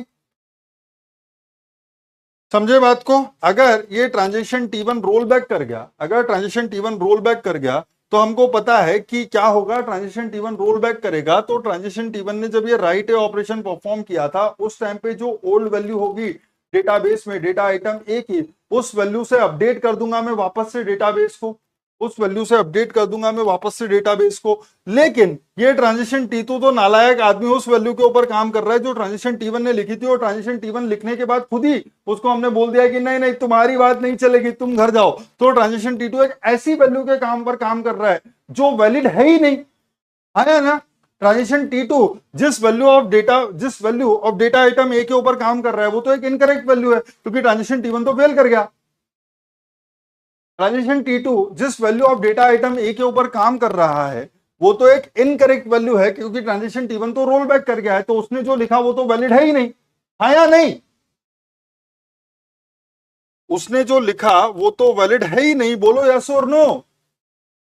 क्लियर? सो इसलिए बोलते हैं इसको डर्टी रीड प्रॉब्लम, क्योंकि आपने एक ऐसी वैल्यू रीड कर दी है जो डर्टी है। तो वी डोंट नो कि ये वैल्यू सही होगी या गलत, दिस में बी अ रॉन्ग वैल्यू अगर ट्रांजेक्शन T1 रोल बैक कर जाता है।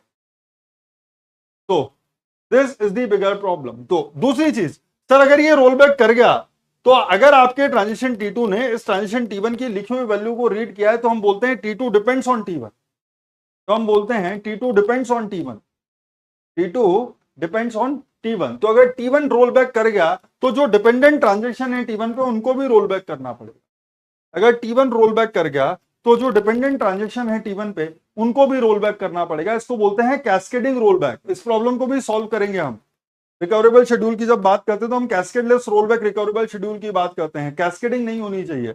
एक ट्रांजेक्शन के एग्जीक्यूशन, अगर एक ट्रांजेक्शन फेल करे और उसके कारण मुझे दूसरे ट्रांजेक्शन को भी रोल बैक करना पड़े तो इसको बोलते हैं कैस्केडिंग।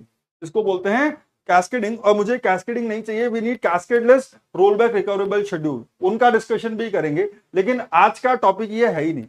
आज का टॉपिक ये है ही नहीं। आज का टॉपिक सिर्फ कितना है, अगर ट्रांजेक्शन T2 एक ऐसी वैल्यू को रीड करता है, अगर ट्रांजेक्शन T2 रीड करता है the value of data item A updated by an uncommitted transaction T1, तो ऐसी सीक्वेंस ऑफ ऑपरेशन को हम बोलते हैं साइमल्टेनियस राइट रीड ऑपरेशन। ऐसे रीड ऑपरेशन को हम बोलते हैं डर्टी रीड या अनकमिटेड रीड। आपने एक ऐसी वैल्यू को रीड किया है जिसके करस्पॉन्डिंग ट्रांजेक्शन अभी तक कमिट नहीं किया है।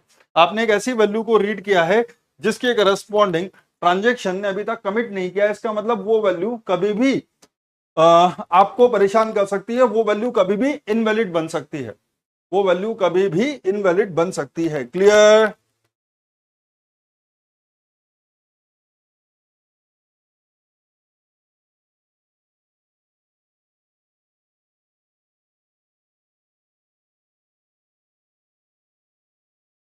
सुनो, इसको दूसरे टाइप से डिफाइन करूंगा। If transaction T2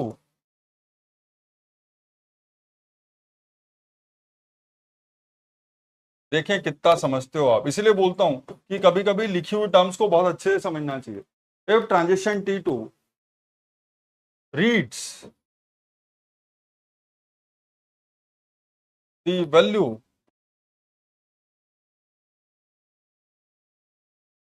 updated bye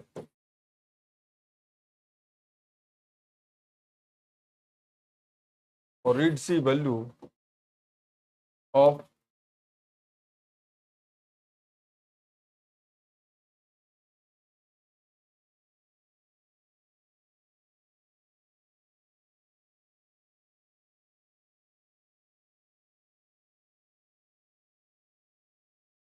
if transaction T2 reads the value updated by an uncommitted transaction T1,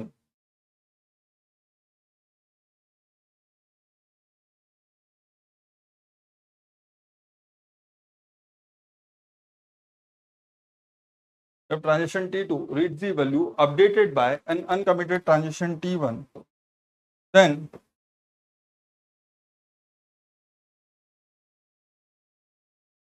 sequence of operation is called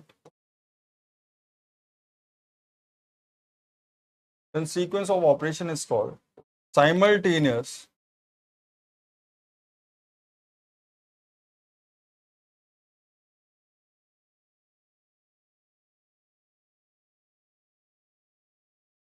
write read operation or dirty read operation or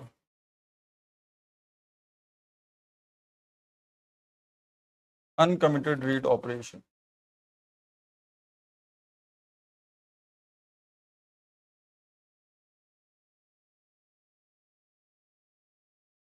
It's called simultaneous read operation, simultaneous write read operation, dirty read operation और uncommitted read operation.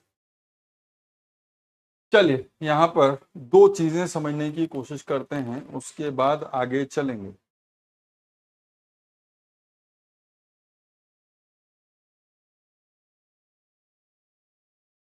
दो चीजें हैं sir. पहला तो क्या, अगर ये है आपका ट्रांजेक्शन T1, ये है आपका ट्रांजेक्शन T2, ठीक है। ट्रांजेक्शन T2 रीड करता है value of data item A which is updated by transaction T1, ठीक है। और जब तक ये रीड करता है उससे पहले अगर ट्रांजेक्शन T1 कमिट कर जाए, जब तक ये रीड करता है उससे पहले ट्रांजेक्शन T1 कमिट कर जाए, तो ये जो ऑपरेशन है ये not simultaneous write read operation.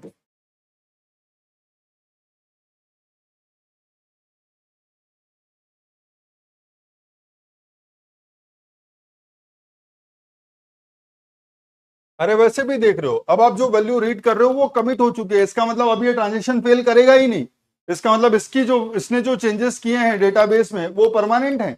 इसका मतलब आप जिस वैल्यू के ऊपर काम कर रहे हो वो करेक्ट वैल्यू है, इसमें कभी कोई चेंजेस आएंगे ही नहीं। Clear clear clear clear. चलो, मोर इंपॉर्टेंट एग्जाम्पल इज,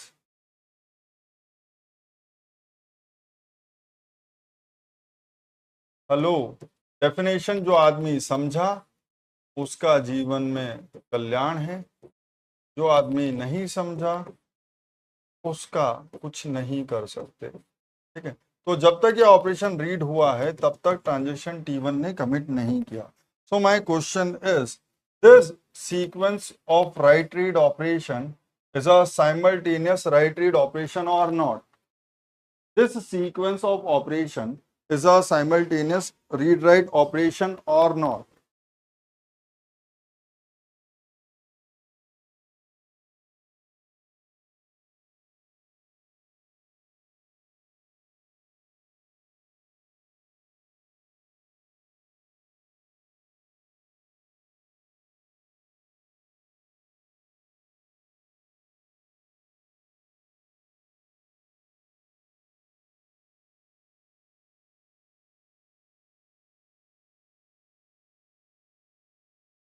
ये है या नहीं साइमल्टेनियस राइट रीड ऑपरेशन?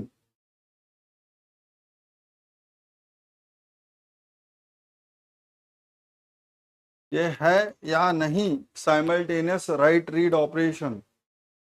अरे नालायकों, अभी तुमको बोला if transaction T2 reads the value updated by an uncommitted transaction. क्या ट्रांजेक्शन T2 यहां पर वो वैल्यू रीड कर रहा है जो एक अनकमिटेड ट्रांजेक्शन T1 ने अपडेट की है, या तो फिर ट्रांजेक्शन T2 खुद की लिखी हुई वैल्यू को रीड कर रहा है? यहां पर ट्रांजेक्शन T2 का किसी दूसरे अनकमिटेड ट्रांजेक्शन की लिखी हुई वैल्यू को रीड कर रहा है?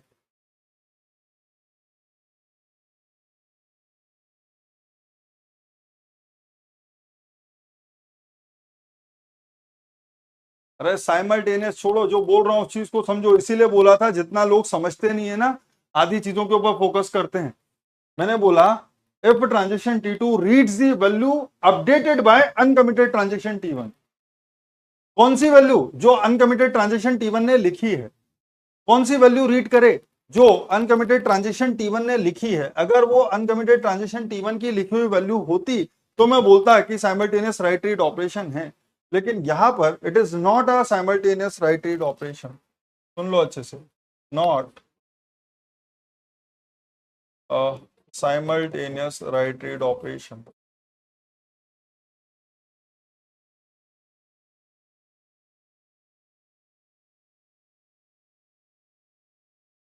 Why? Because T2 is reading the value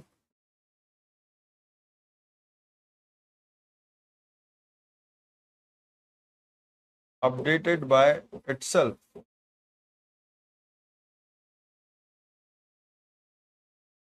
T2 is reading the value updated by itself. It is not reading the value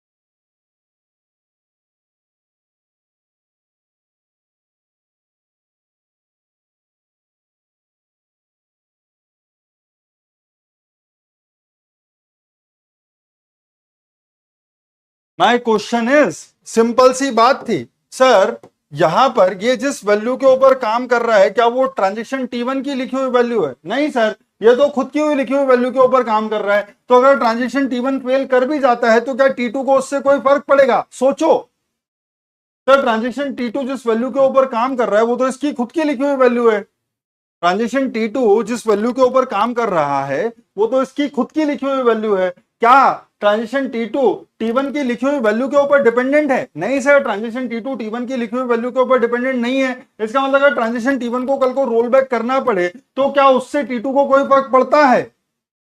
अगर ट्रांजेक्शन T1 को कल को रोल बैक करना पड़े तो क्या उससे T2 को कोई फर्क पड़ता है? नहीं सर, वो तो अपनी लिखी हुई वैल्यू के ऊपर काम कर रहा था। लेकिन यहां पर फर्क पड़ता है क्योंकि T2 एक ऐसी वैल्यू के ऊपर काम कर रहा था जो किसी और ट्रांजेक्शन ने लिखी थी। तो अगर वो रोल बैक कर गया तो उसने जो ऑपरेशन परफॉर्म किए हैं वो वैल्यू आ जाएगी डेटाबेस में और उसके ऊपर हमको काम नहीं करना है। क्लियर? अब आप बोलोगे सर अगर ये रोल बैक हुआ, सुनो सुनो, that's a beauty, as a beauty sir, अगर ये राइट हुआ था, फिर ये राइट हुआ था, फिर ये रीड हुआ और उसके बाद अगर ये रोल बैक हुआ तो डेटाबेस में वो वैल्यू भी खत्म हो जाएगी जो T2 ने लिखी है। हाँ या ना? डेटाबेस में वो वैल्यू भी खत्म हो जाएगी जो T2 ने लिखी है, क्योंकि मान लो कि इनिशियल वैल्यू थी a इक्वल्स टू 100, मान लो इनिशियल वैल्यू थी a इक्वल्स टू 100, फिर इस ट्रांजेक्शन T1 ने इस 100 को 50 कर दिया, इस ट्रांजेक्शन T1 ने इस वैल्यू को 50 कर दिया, फिर ये ट्रांजेक्शन T2 आया, इसने इस ए की वैल्यू को 75 कर दिया। ठीक है, तो अब ये जो ट्रांजेक्शन T2 है ये किस वैल्यू के ऊपर काम कर रहा है? Sir it is working on the value of data item A equals to 75। ठीक है, कल को ये ट्रांजेक्शन T1 रोल बैक हुआ, तो अगर T1 रोल बैक हुआ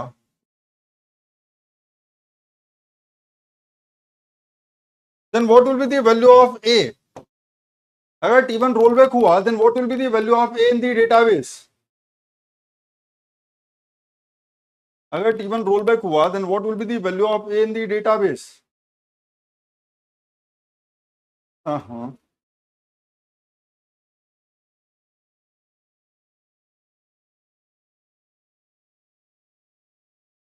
नो सर, ट्रांजिशन T1 ने जब ये राइट ऑपरेशन परफॉर्म किया था 50, उस पॉइंट ऑफ टाइम पर ओल्ड वैल्यू क्या थी डेटाबेस में? सर ओल्ड वैल्यू थी डेटाबेस में 100। तो T1 के ये अपडेट करते टाइम T1 के पहले जो वैल्यू होगी 100 वो वैल्यू करेक्ट वैल्यू थी T1 के रोल बैक के पॉइंट ऑफ व्यू से, तो यहां वैल्यू आ जाएगी 100।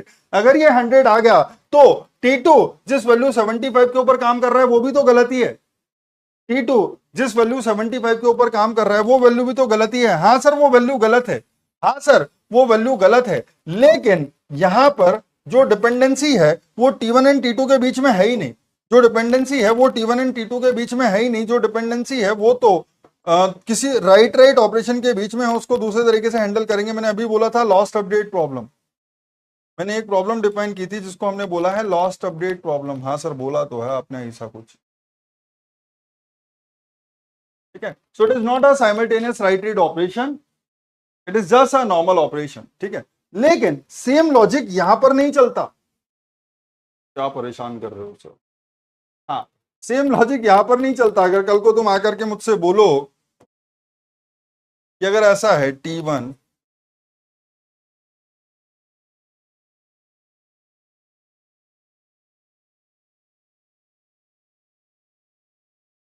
ये है T2, ट्रांजेक्शन T1 ने इसको रीड किया, फिर ट्रांजेक्शन T1 ने इसको अपडेट किया, अपडेट करने से पहले इसने इसको रीड कर लिया, तो मुझे बताओ ये साइमल्टेनियस रीड राइट ऑपरेशन है या नहीं?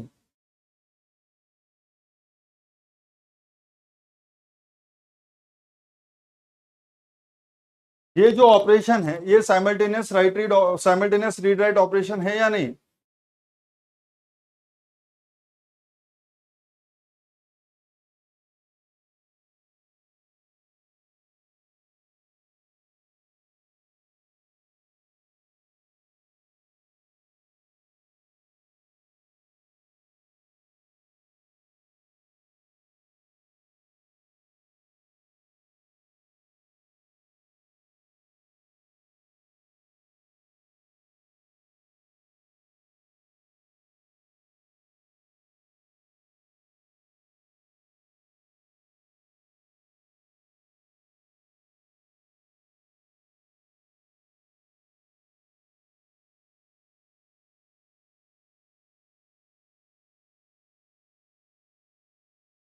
अरे ये साइमल्टेनियस रीड राइट ऑपरेशन है।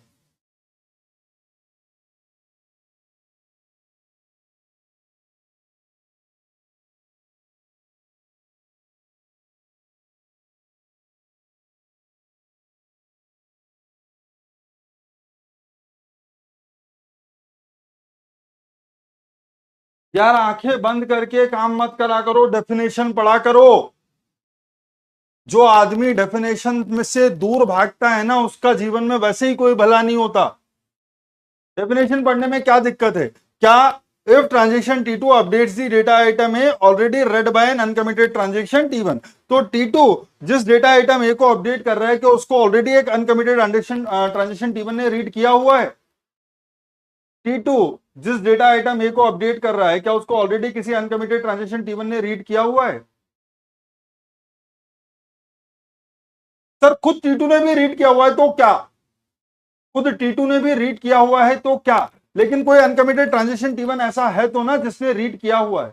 हाँ सर, अगर ट्रांजेक्शन T2 एक ऐसी वैल्यू को अपडेट करता है जिसको ऑलरेडी किसी दूसरे ट्रांजेक्शन T1 ने रीड किया हुआ है, अनकमिटेड ट्रांजेक्शन T1 ने रीड किया हुआ है, तो ऐसी सीक्वेंस ऑफ ऑपरेशन को साइमल्टेनियस रीड राइट ऑपरेशन बोलूंगा। अब आप बोलोगे फिर यहां क्यों नहीं बोला? यहां मैंने डेफिनेशन ही क्या दी थी? अगर ट्रांजेक्शन T2 रीड करता है the value updated by an uncommitted transaction, मुझे वैल्यू ही कौन सी चाहिए? जो किसी अनकमिटेड ट्रांजेक्शन T1 ने लिखी है। यहां पर वैल्यू कौन सी चाहिए? जो अनकमिटेड ट्रांजेक्शन T1 ने लिखी हुई है वो वैल्यू। लेकिन यहां पर जब मैं रीड कर रहा हूं, तो क्या मैं वो वैल्यू रीड कर रहा हूं जो अनकमिटेड ट्रांजेक्शन T1 ने लिखी है? नहीं सर, मैं तो वो वैल्यू रीड कर रहा हूं जो मैंने खुद ने लिखी है। समझे बात को? यहां पर मैंने बोला अगर ट्रांजेक्शन T2 को वो वाली वैल्यू रीड करनी चाहिए जो अनकमिटेड ट्रांजेक्शन T1 ने लिखी है, लेकिन यहां पर मैं वो वाली वैल्यू रीड ही नहीं कर रहा जो अनकमिटेड ट्रांजेक्शन T1 ने लिखी है। मैं तो वो वैल्यू रीड कर रहा हूं जो मैंने खुद ने लिखी है, तो मेरा T1 से कोई लेना देना ही नहीं। चमका? बेसिक डेफिनेशन से दूर भागने वालों का पाप। चलिए एनीवे, ये जो प्रॉब्लम आएगी ये सिर्फ रीड राइट ऑपरेशन के टाइम, राइट रीड ऑपरेशन के टाइम पे आएगी, इसलिए आपको दुखी होने की जरूरत नहीं। आपको सिर्फ ये एक्स्ट्रा केस याद रखना है क्या, कि सर यहाँ पर साइमल्टेनियस राइट रीड ऑपरेशन नहीं है। अगर रीड के पहले राइट हो जाता है within the same transaction, अगर रीड के पहले राइट आ जाता है within the same transaction, तो साइमल्टेनियस राइट रीड ऑपरेशन नहीं एग्जिस्ट करेगा। अगर रीड के पहले राइट आ जाता है within the same transaction, तो simultaneous write read operation exist नहीं करेगा। लेकिन again sir sir sir sir sir sir T1 T2 write है, राइट है, रीड है, is it N uncommitted read operation और नॉट? सर रीड के पहले राइट आ गया with in the same transaction, read के पहले राइट आ गया with in the same transaction, यहां पर ये साइमल्टेनियस राइट रीड ऑपरेशन है या नहीं? बोलो, ये जो है ये साइमल्टेनियस राइट रीड ऑपरेशन है या नहीं?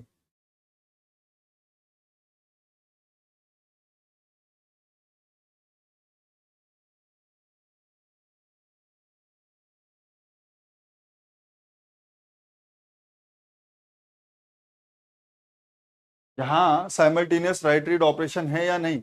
अगेन मैं जो वैल्यू रीड कर रहा हूं वो किसी अनकमिटेड ट्रांजेक्शन T1 की लिखी हुई वैल्यू रीड कर रहा हूं। क्या मैं अपनी खुद की लिखी हुई वैल्यू रीड कर रहा हूं? क्या मैं अपनी खुद की लिखी हुई वैल्यू रीड कर रहा हूं? क्या मैं अपनी खुद की लिखी हुई वैल्यू रीड कर रहा हूं? नहीं सर, मैं अपनी खुद की लिखी हुई वैल्यू रीड नहीं कर रहा हूं। मैं रीड करता उससे पहले किसी और ने अपडेट कर दिया, इसका मतलब अब मैं किसी और की लिखी हुई वैल्यू को रीड कर रहा हूं, और जिसने वो वैल्यू लिखी है, जिसकी लिखी हुई वैल्यू मैं रीड कर रहा हूं, वो अभी तक कमिट नहीं किया है। जिसने वो वैल्यू लिखी है जिसको मैं रीड कर रहा हूं, उसने अभी तक कमिट नहीं किया है, तो ये अभी भी क्या है sir? It is a simultaneous write read operation. चमका?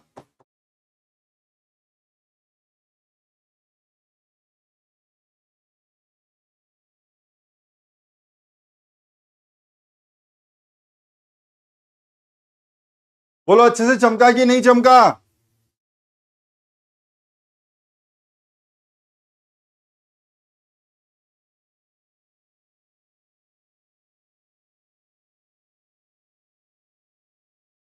यस। आओ आओ आओ आओ आओ। नेक्स्ट वन इज, अरे ये क्या हुआ? ये कहां से आया अचानक से इतना सारा? अच्छा ये मैंने कुछ लिखने के लिए रखा है।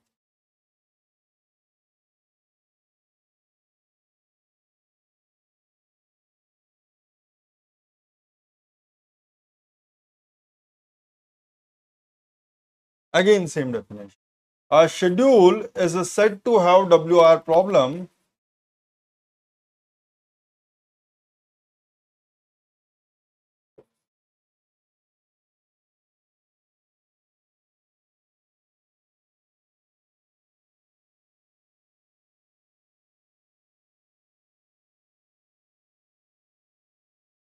a schedule is said to have WR problem if and only if what? First, simultaneous right root operations should exist.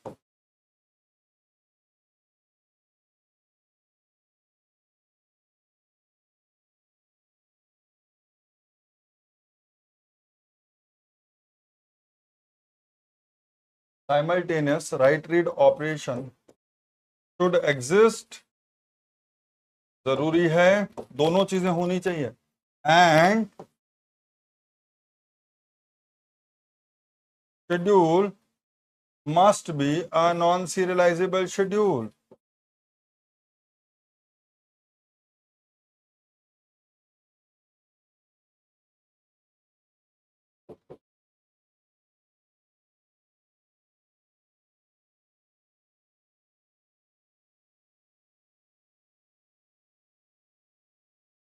Schedule must be a non-serializable schedule.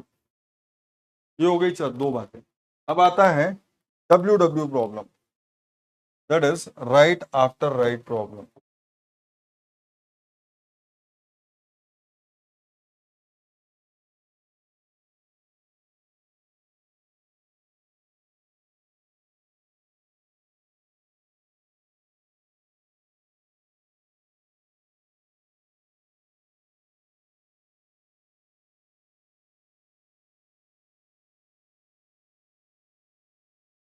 Right after right problem, ये सिंपल है sir, इसमें कोई लोचा लपाटा नहीं है, very easy. Transaction T2 update करे एक data item ए को जिसको ऑलरेडी अपडेट किया हुआ हो किसी अनकमिटेड ट्रांजेक्शन T1 में, ठीक है। तो ये जो सीक्वेंस ऑफ ऑपरेशन है, this is called simultaneous write write operation, this is called simultaneous write write operation.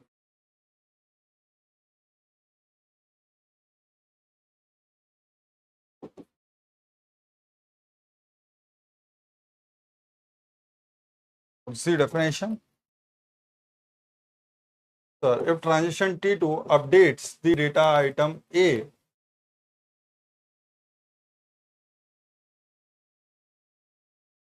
if transition T2 updates the data item A,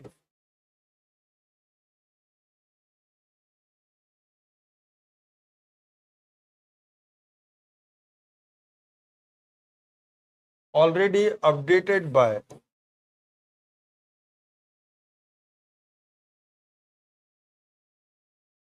if transition T2 updates the data item A already updated by an uncommitted transaction T1,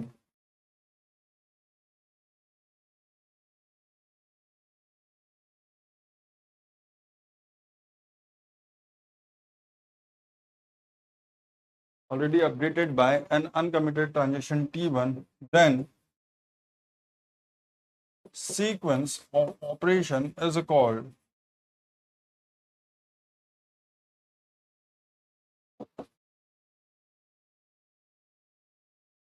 sequence of operation is called simultaneous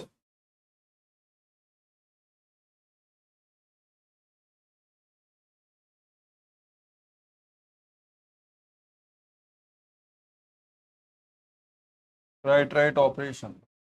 Sequence of operation is called simultaneous right right operation.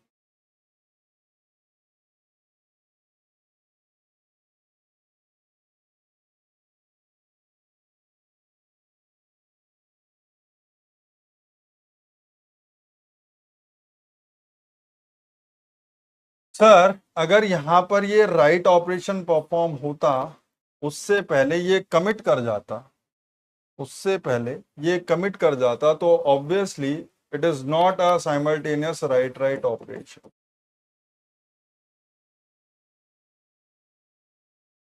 ठीक है, तो please try to understand in this example this sequence of write read is not a simultaneous write read operation, but this sequence of operation is still a simultaneous write write operation, क्योंकि transition T2 एक ऐसी वैल्यू को update कर रहा है which is already updated by an uncommitted transition T1। तो ये जो ब्लू कलर वाला है it is simultaneous write write operation, yes और नो?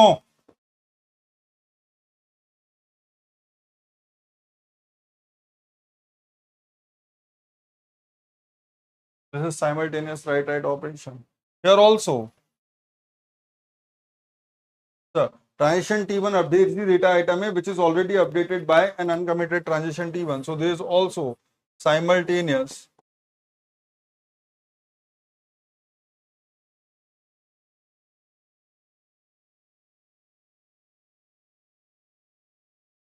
अरे भाई बहुत सारे लोग मुझे कभी कभी ये बोल देते हैं कि सर ये कैसे है, क्योंकि आप तो बोल रहे थे T2 में होना चाहिए जो T1। अरे T1 एंड T2 तो सिर्फ समझने के लिए हैं, T1 एंड T2 तो समझने के लिए हैं। ये कोई भी TI-TJ हो सकता है, ये कोई भी TI-TJ हो सकता है। अगर एक कोई ऐसा ट्रांजेक्शन है जिसने ऑलरेडी डेटा आइटम ए को अपडेट किया हुआ है, उसने कमिट नहीं किया, उससे पहले कोई दूसरा ट्रांजेक्शन उसको अपडेट करता है, तो साइमल्टेनियस राइट राइट ऑपरेशन है। समझे? समझे या नहीं समझे? और सर रीड के बाद होता तो कुछ बदल जाता क्या? सर ये T1 है, ये T2 है, इसने राइट ऑपरेशन परफॉर्म किया, फिर उसने रीड ए परफॉर्म किया, फिर इसने राइट ए परफॉर्म किया। ठीक है, तो दोनों चीजें हैं, और ये जो नामाकूल है इसने अभी तक कमिट नहीं किया। ठीक है, तो ये जो ऑपरेशन है सर ये साइमल्टेनियस राइट रीड ऑपरेशन भी है, यस और नो?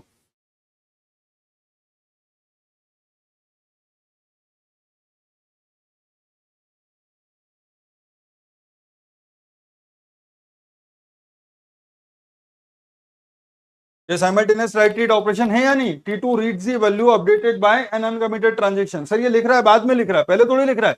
अभी तो ये वही वैल्यू रीड कर रहा है ना जो किसी अनकमिटेड ट्रांजैक्शन T1 ने लिखी है। ठीक है सर। दूसरा, सर दूसरा, क्या ट्रांजिशन T2 उस वैल्यू को अपडेट करता है? क्या ट्रांजिशन T2 उस वैल्यू को अपडेट करता है जिसको ऑलरेडी किसी दूसरे अनकमिटेड ट्रांजिशन T1 ने अपडेट किया हुआ है? हाँ सर, ट्रांजिशन T2 एक ऐसी वैल्यू को अपडेट कर रहा है जिसको ऑलरेडी किसी दूसरे ट्रांजिशन T1 ने अपडेट किया हुआ है और वो अनकमिटेड है। सो this is simultaneous write write operation also.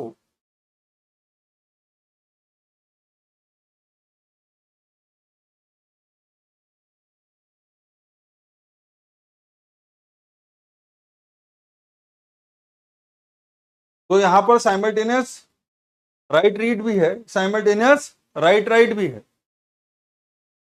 Clear? तो एक से ज्यादा प्रॉब्लम एक साथ हो सकती हैं एक शेड्यूल में। चमका कि नहीं चमका? बोलो, चमका कि नहीं चमका? चमका कि नहीं चमका? चमका कि नहीं चमका?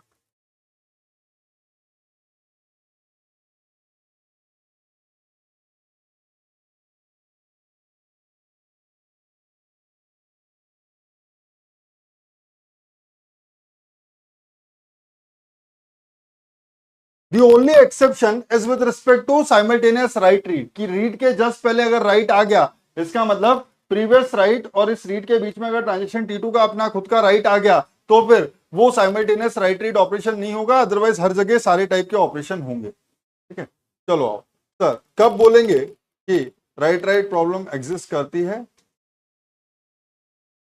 कब बोलेंगे कि राइट राइट प्रॉब्लम एग्जिस्ट करती है? So a schedule is said to have write write problem if and only if simultaneous write write operation should exist.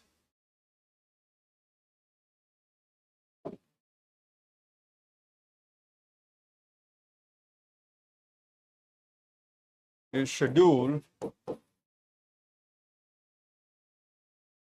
is said to have write write problem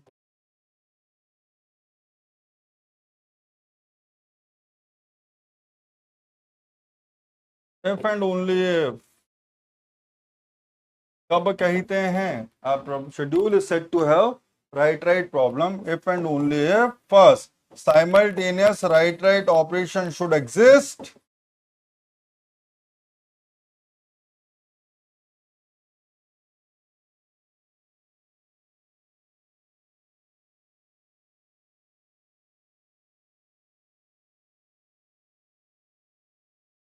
and schedule must be a non-serializable schedule.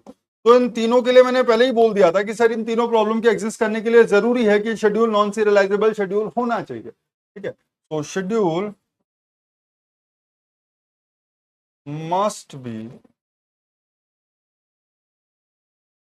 a non-serializable schedule.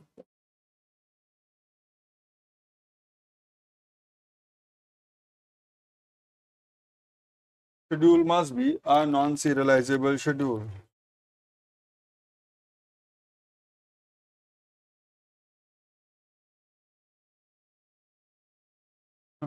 ठीक है। Last one is lost update problem. Sir lost update problem का simple फंडा है, lost update problem का simple फंडा है, ये बोलता है भाई लॉस्ट अपडेट प्रॉब्लम एग्जिस्ट करेगी अगर साइमल्टेनियस राइट ऑपरेशन एग्जिस्ट करते हैं, no matter schedule is a serializable schedule और नॉन सीरियलाइजेबल शेड्यूल, कोई फर्क नहीं पड़ता इसको, ठीक है। So lost update problem exist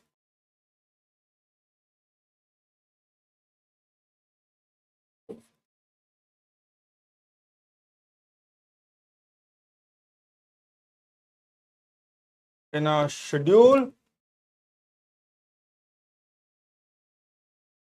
lost update problem exists in a schedule if simultaneous write operation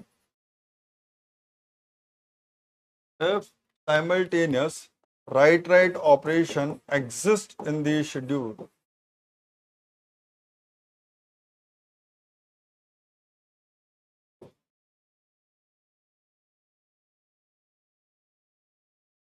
फर्क नहीं पड़ता,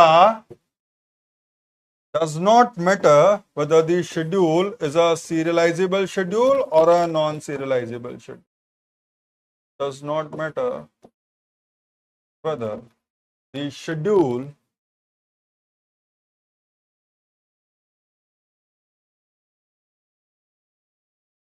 is a serializable schedule or a non-serializable schedule.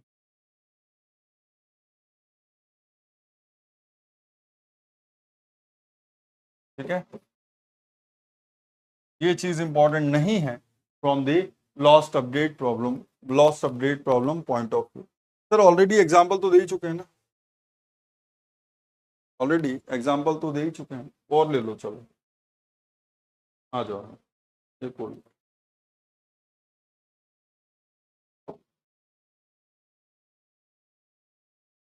let initial value of A in the database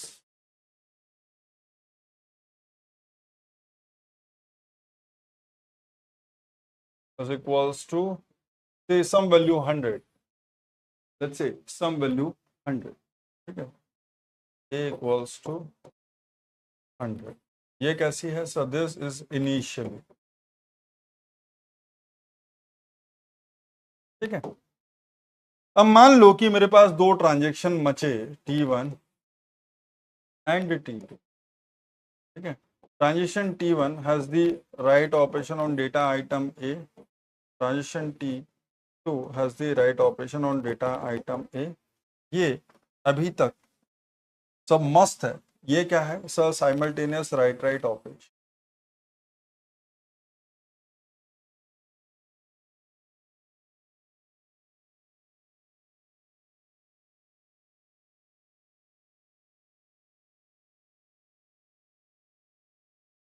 Let's assume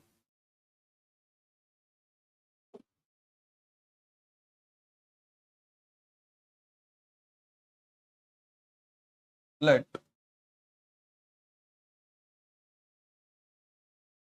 मैंने इसको update किया और update करके ये 250, ठीक है। तो टाइम में कैसे काम चलेगा उसको समझिए। सर ट्रांजेक्शन T1 ने काम किया, ट्रांजेक्शन T1 ने अपडेट किया डेटा आइटम ए को, तो ये जो 100 है सर, ये 100 200 हो जाएगा किससे, बाय राइट ऑपरेशन 1। तो डेटा आइटम ए पे जो ट्रांजेक्शन T1 ने डेटा आइटम ए परफॉर्म किया उससे। चले तो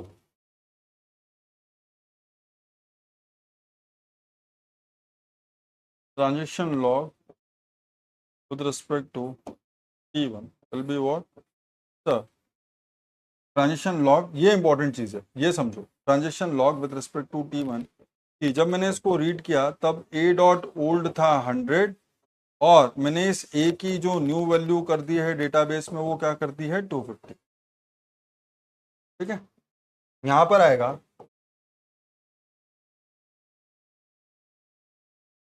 transaction log with respect to T2। Let's assume मैं इंडिविजुअल ट्रांजेक्शन लॉग मेंटेन कर रहा हूं। तो सबसे पहले ट्रांजेक्शन लॉग, जब T1 ने ये राइट ऑपरेशन परफॉर्म किया उस टाइम ए की ओल्ड वैल्यू थी 0 और ए की न्यू वैल्यू हो गई 250। फिर क्या हुआ, तो 250 लिखनी थी ना, 250 लिखनी थी, 250 लिखनी। चले फिर क्या हुआ सर, फिर थोड़ी देर बाद write operation on data item A perform हुआ बाय T2। लेट्स एज्यूम कि ये लिखता है लेट ए इक्वल्स टू 50, ये लिखता है a equals to 50।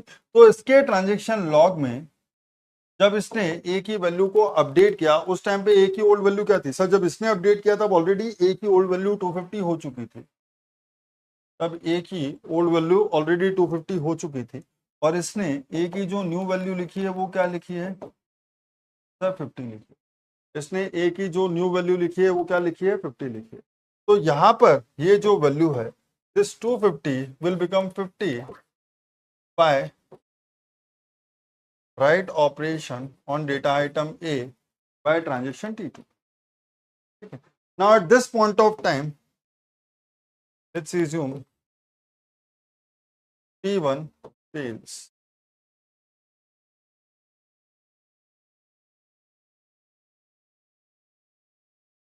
Roll back T1. अब जब मैं T1 को roll back करूंगा, then what value will be updated in the database with respect to data item A?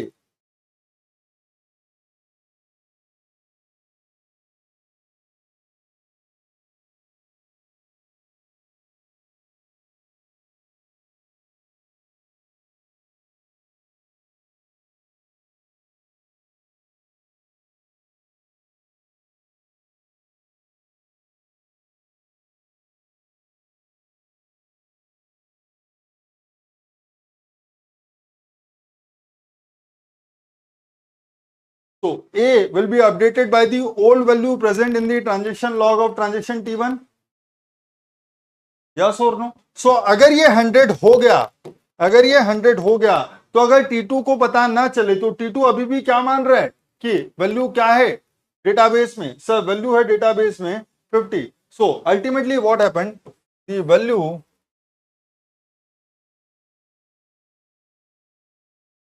Updated by transaction T2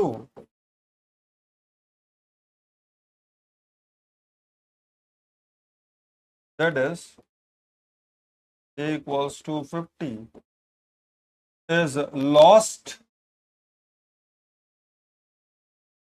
Got the idea that अगर simultaneous write operation है उनमें से पहले वाला फेल कर जाए तो बाद वाले की जो अपडेटेड वैल्यू है it will eventually be lost. क्योंकि भाई लॉस मतलब लॉस, क्योंकि हम तो ट्रांजेक्शन लॉग में जो ओल्ड वैल्यू प्रेजेंट होगी फेल्ड ट्रांजेक्शन के करस्पॉन्डिंग उसकी ओल्ड वैल्यू से रिप्लेस कर देंगे। बीच में किसने लिखा उससे हमको क्या लेना देना। चमका, चमका या नहीं चमका,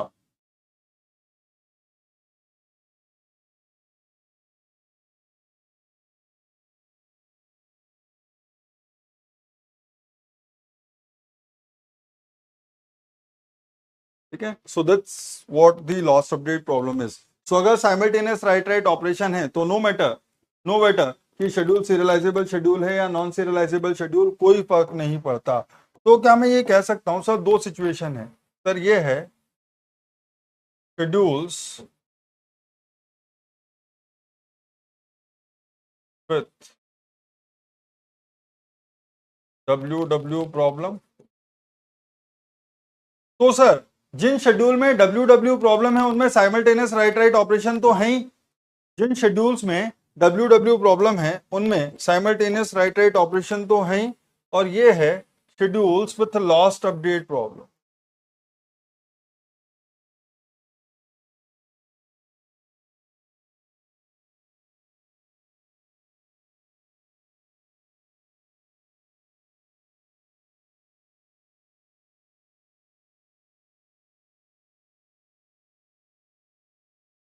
सर वो सारे शेड्यूल जिनमें साइमल्टेनियस राइट राइट ऑपरेशन हैं उन सब में लॉस्ट अपडेट होता है, चाहे वो सीरियलाइजेबल हो या नॉन सीरियलाइजेबल शेड्यूल हो। तो ये जो ग्रीन कलर में है वो है जिनके अंदर साइमल्टेनियस राइट राइट ऑपरेशन है लेकिन शेड्यूल सीरियलाइजेबल है। ये जो पर्पल कलर वाला है ये वो है जिनके अंदर साइमल्टेनियस राइट राइट ऑपरेशन है लेकिन शेड्यूल सीरियलाइजेबल शेड्यूल है। यहाँ पर नॉन सीरियलाइजेबल शेड्यूल है, यहाँ पर सीरियलाइजेबल शेड्यूल है। ये टोटल शेड्यूल्स हैं जिनके अंदर साइमल्टेनियस राइट राइट ऑपरेशन है। So can I say that schedule with the write write problem are subset of the schedules with the lost update problem?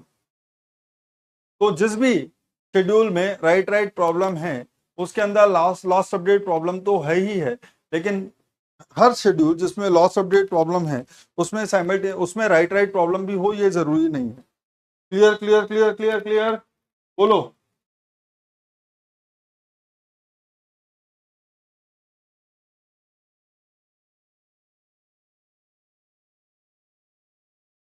Can actually say every schedule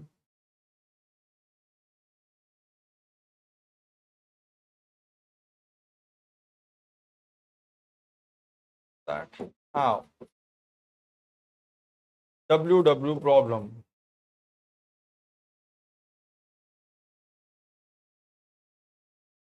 will also have lost update problem.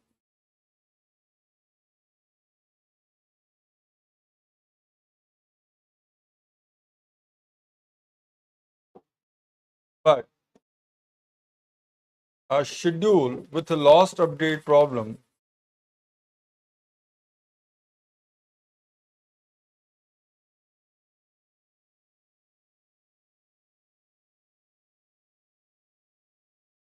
may or may not have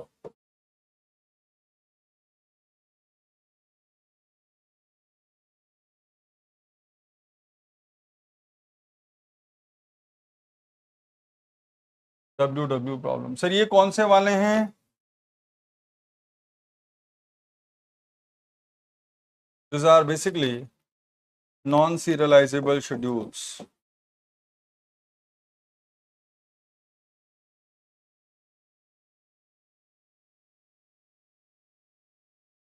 और ये जो purple colour में है ये कौन से वाले हैं?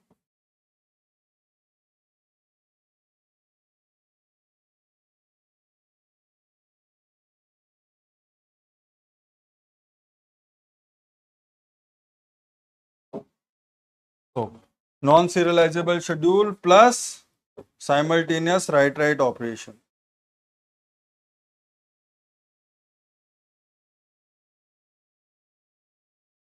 WW प्रॉब्लम और साइमल्टेनियस राइट राइट ऑपरेशन है इसलिए लॉस्ट अपडेट तो है। This are serializable schedule plus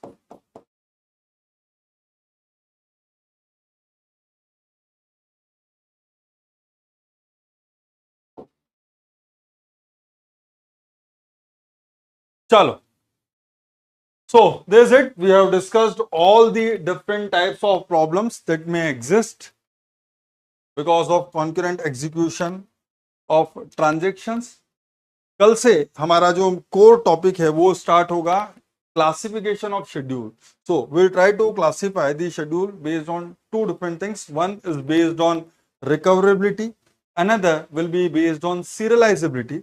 so कल वाली क्लास में हम रिकवरेबिलिटी के बेसिस पे जो चार डिफरेंट क्लासिफिकेशंस हैं वो कंप्लीट करने की कोशिश करेंगे। One is irrecoverable schedule, second one is recoverable schedule, third one is cascadeless recoverable schedule, fourth one is strict recoverable schedule. तो ये 4 रिकवरेबिलिटी की क्लासिफिकेशन कल देखेंगे। फिर नेक्स्ट अपकमिंग क्लासेस में जो सीरियलाइजेबल शेड्यूल का क्लासिफिकेशन है, one is conflict serialisable schedule, another is view serialisable schedule, उन दोनों का डिस्कशन करेंगे। ठीक है, so that will be all for this particular session. I hope आप ये समझ पाए हो इक्विवेलेंट क्या होता है एंड कैसे चेक करता हूं कि शेड्यूल सीरियलाइजेबल शेड्यूल है या नहीं। आपके गिवन शेड्यूल का बिहेवियर अगर किसी ना किसी सीरियल शेड्यूल के इक्विवेलेंट है over those transactions, then schedule is serializable schedule. Sir कैसे चेक करेंगे कि इक्विवेलेंट है? किसी ना किसी सीरियल शेड्यूल के बेसिस पे आपके सारे के सारे रीड ऑपरेशन एग्जैक्टली वैसे होने चाहिए जैसे उस सीरियल शेड्यूल में थे, and final update of every data item should also be exactly same as the final update of every data item in the corresponding serial schedule. अगर ऐसा कोई सीरियल शेड्यूल है तो आपका शेड्यूल सीरियलाइजेबल शेड्यूल है, otherwise serializable schedule नहीं है। उसके अलावा ये 4 प्रॉब्लम थी जो परेशान कर सकती है, वो WR प्रॉब्लम है। मैंने आपको एग्जैक्टली समझा दिया है कि कब WR प्रॉब्लम एग्जिस्ट करती है और कब WR प्रॉब्लम एग्जिस्ट नहीं करती। Make sense? So don't get confused, basic चीजें हैं, अच्छे से पढ़ लो, क्वेश्चंस कर लेंगे, सारा काम हो जाएगा। ठीक है, तो that will be all for this particular session. Thank you very much. If you have any doubt, then please ask. If you have any doubt, then please ask. Otherwise, we are done. You don't need to. आप में से कई लोगों के दिमाग में आ रहा होगा, सर ये आपने इनको प्रॉब्लम बोला है, इनसे होगा क्या? आपने बोला है कि सर इनसे, आपने जो प्रॉब्लम बोला है इनसे होगा क्या? अरे भाई कुछ नहीं होगा, इनसे कोई ना कोई प्रॉब्लम आएगी जब हम सीरियलाइजेबल शेड्यूल में जाएंगे। अभी उसको देख करके दुखी होने वाली जरूरत नहीं है, जब आगे चलेंगे तब देखेंगे क्या exist only if schedule is a non serializable schedule. हाँ, तो इट में एग्जिस्ट। ठीक है, क्या बोल रहे हो भाई? कोई दिक्कत है क्या? स्लाइड 10 मधु जी, अरे ये मजे ले रही हो, बोलो।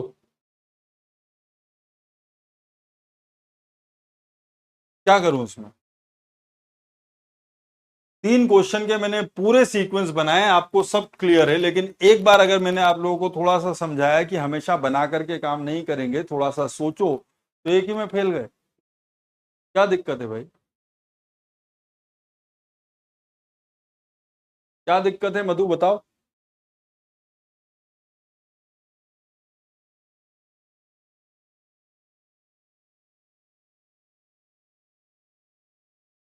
अरे कैसे होगा T2 फॉलोड T1? कैसे होगा T2 फॉलोड बाय T1 में? T2 फॉलोड बाय T1 में who will finally update the data item A, so data item B?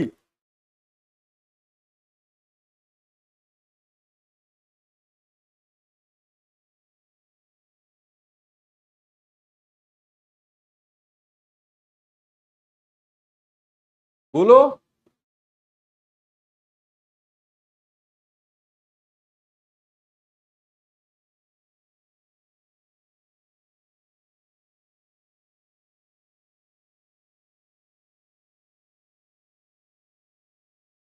सिर्फ रीड से फर्क नहीं पड़ता, final writer of the data item should also be same ना। तो यहां पर final update of data item B कर रहा है ट्रांजिशन T2, लेकिन T2 T1 में फाइनल अपडेट करेगा ट्रांजिशन T1, क्योंकि ये दोनों नीचे आ जाएंगे। बना करके देखो मधु, एक बार मेरे भरोसे मत बैठो ना। मैंने जिस तरीके से ये 3 क्वेश्चन में आपको अलग अलग बना करके देखे हैं, उसके बेसिस पे चेक करो कि क्या सारे के सारे रीड और सारे के सारे राइट एक जैसे आते हैं या नहीं आते हैं।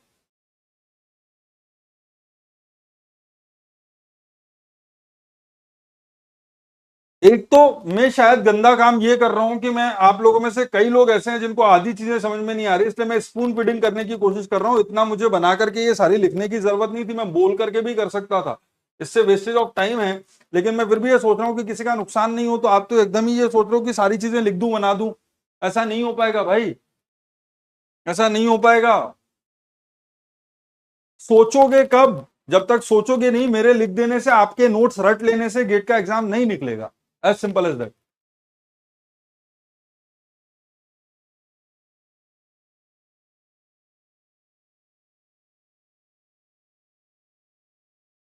चिंतन करते रहो। नेस्टेड सब क्वेरी जो है, sub query concept will take a little amount of time, but हो जाएंगे। जितना आप प्रैक्टिस करोगे उतना ज्यादा आपके लिए बेनिफिशियल होगा। मैं क्लियरली बोल रहा हूं, सोचते जाओ सोचते जाओ सोचते जाओ, ऑब्जर्व करते जाओ, गलतियों को रेक्टिफाई करते जाओ। एक दिन आप हर question within 3 minutes solve कर दोगे। और उतना टाइम होता है 2 नंबर के लिए। अगर मुझे पता है कि 100% 2 नंबर मिलेंगे तो मैं 3 नंबर देने को तैयार हूं। और हर क्वेश्चन में नहीं लगता, कई तो ऐसे देख के ही हो जाते हैं, अरे क्यों मजाक कर दिए यार हमारे साथ, ये थोड़ी ना पूछा गया था। ठीक है, चलिए, तो प्लीज कीजिए। That will be all for this session. Thank you very much. Madhu don't mind, लेकिन कहने का मतलब ये कि सोचो तो सही यार, सोचो तो सही। कहने का मतलब है कि मैंने एक जगह 2 ट्रांजिशन 2 शेड्यूल्स नहीं बनाए, सीरियल शेड्यूल, तो आप वो बना करके देख ही नहीं रहे हो। तुम भी हवा में ही लगे हुए हो। नहीं समझ में आ रहा है तो ड्रॉ करके देखो। अगर नहीं समझ में आ रहा है तो ड्रॉ करके देखो कि अगर मैं T1 T2 सीरियल शेड्यूल बनाता हूं और उसके अंदर देखता हूं कि रीड राइट कैसे होंगे, T2 T1 बनाता हूं उसके अंदर रीड राइट देखता हूं कि कैसे होंगे। ऐसे कैसे बोल रहे हो कि सर उसमें क्या होगा उसमें क्या, बना के देखो ना। मेहनत कौन करेगा,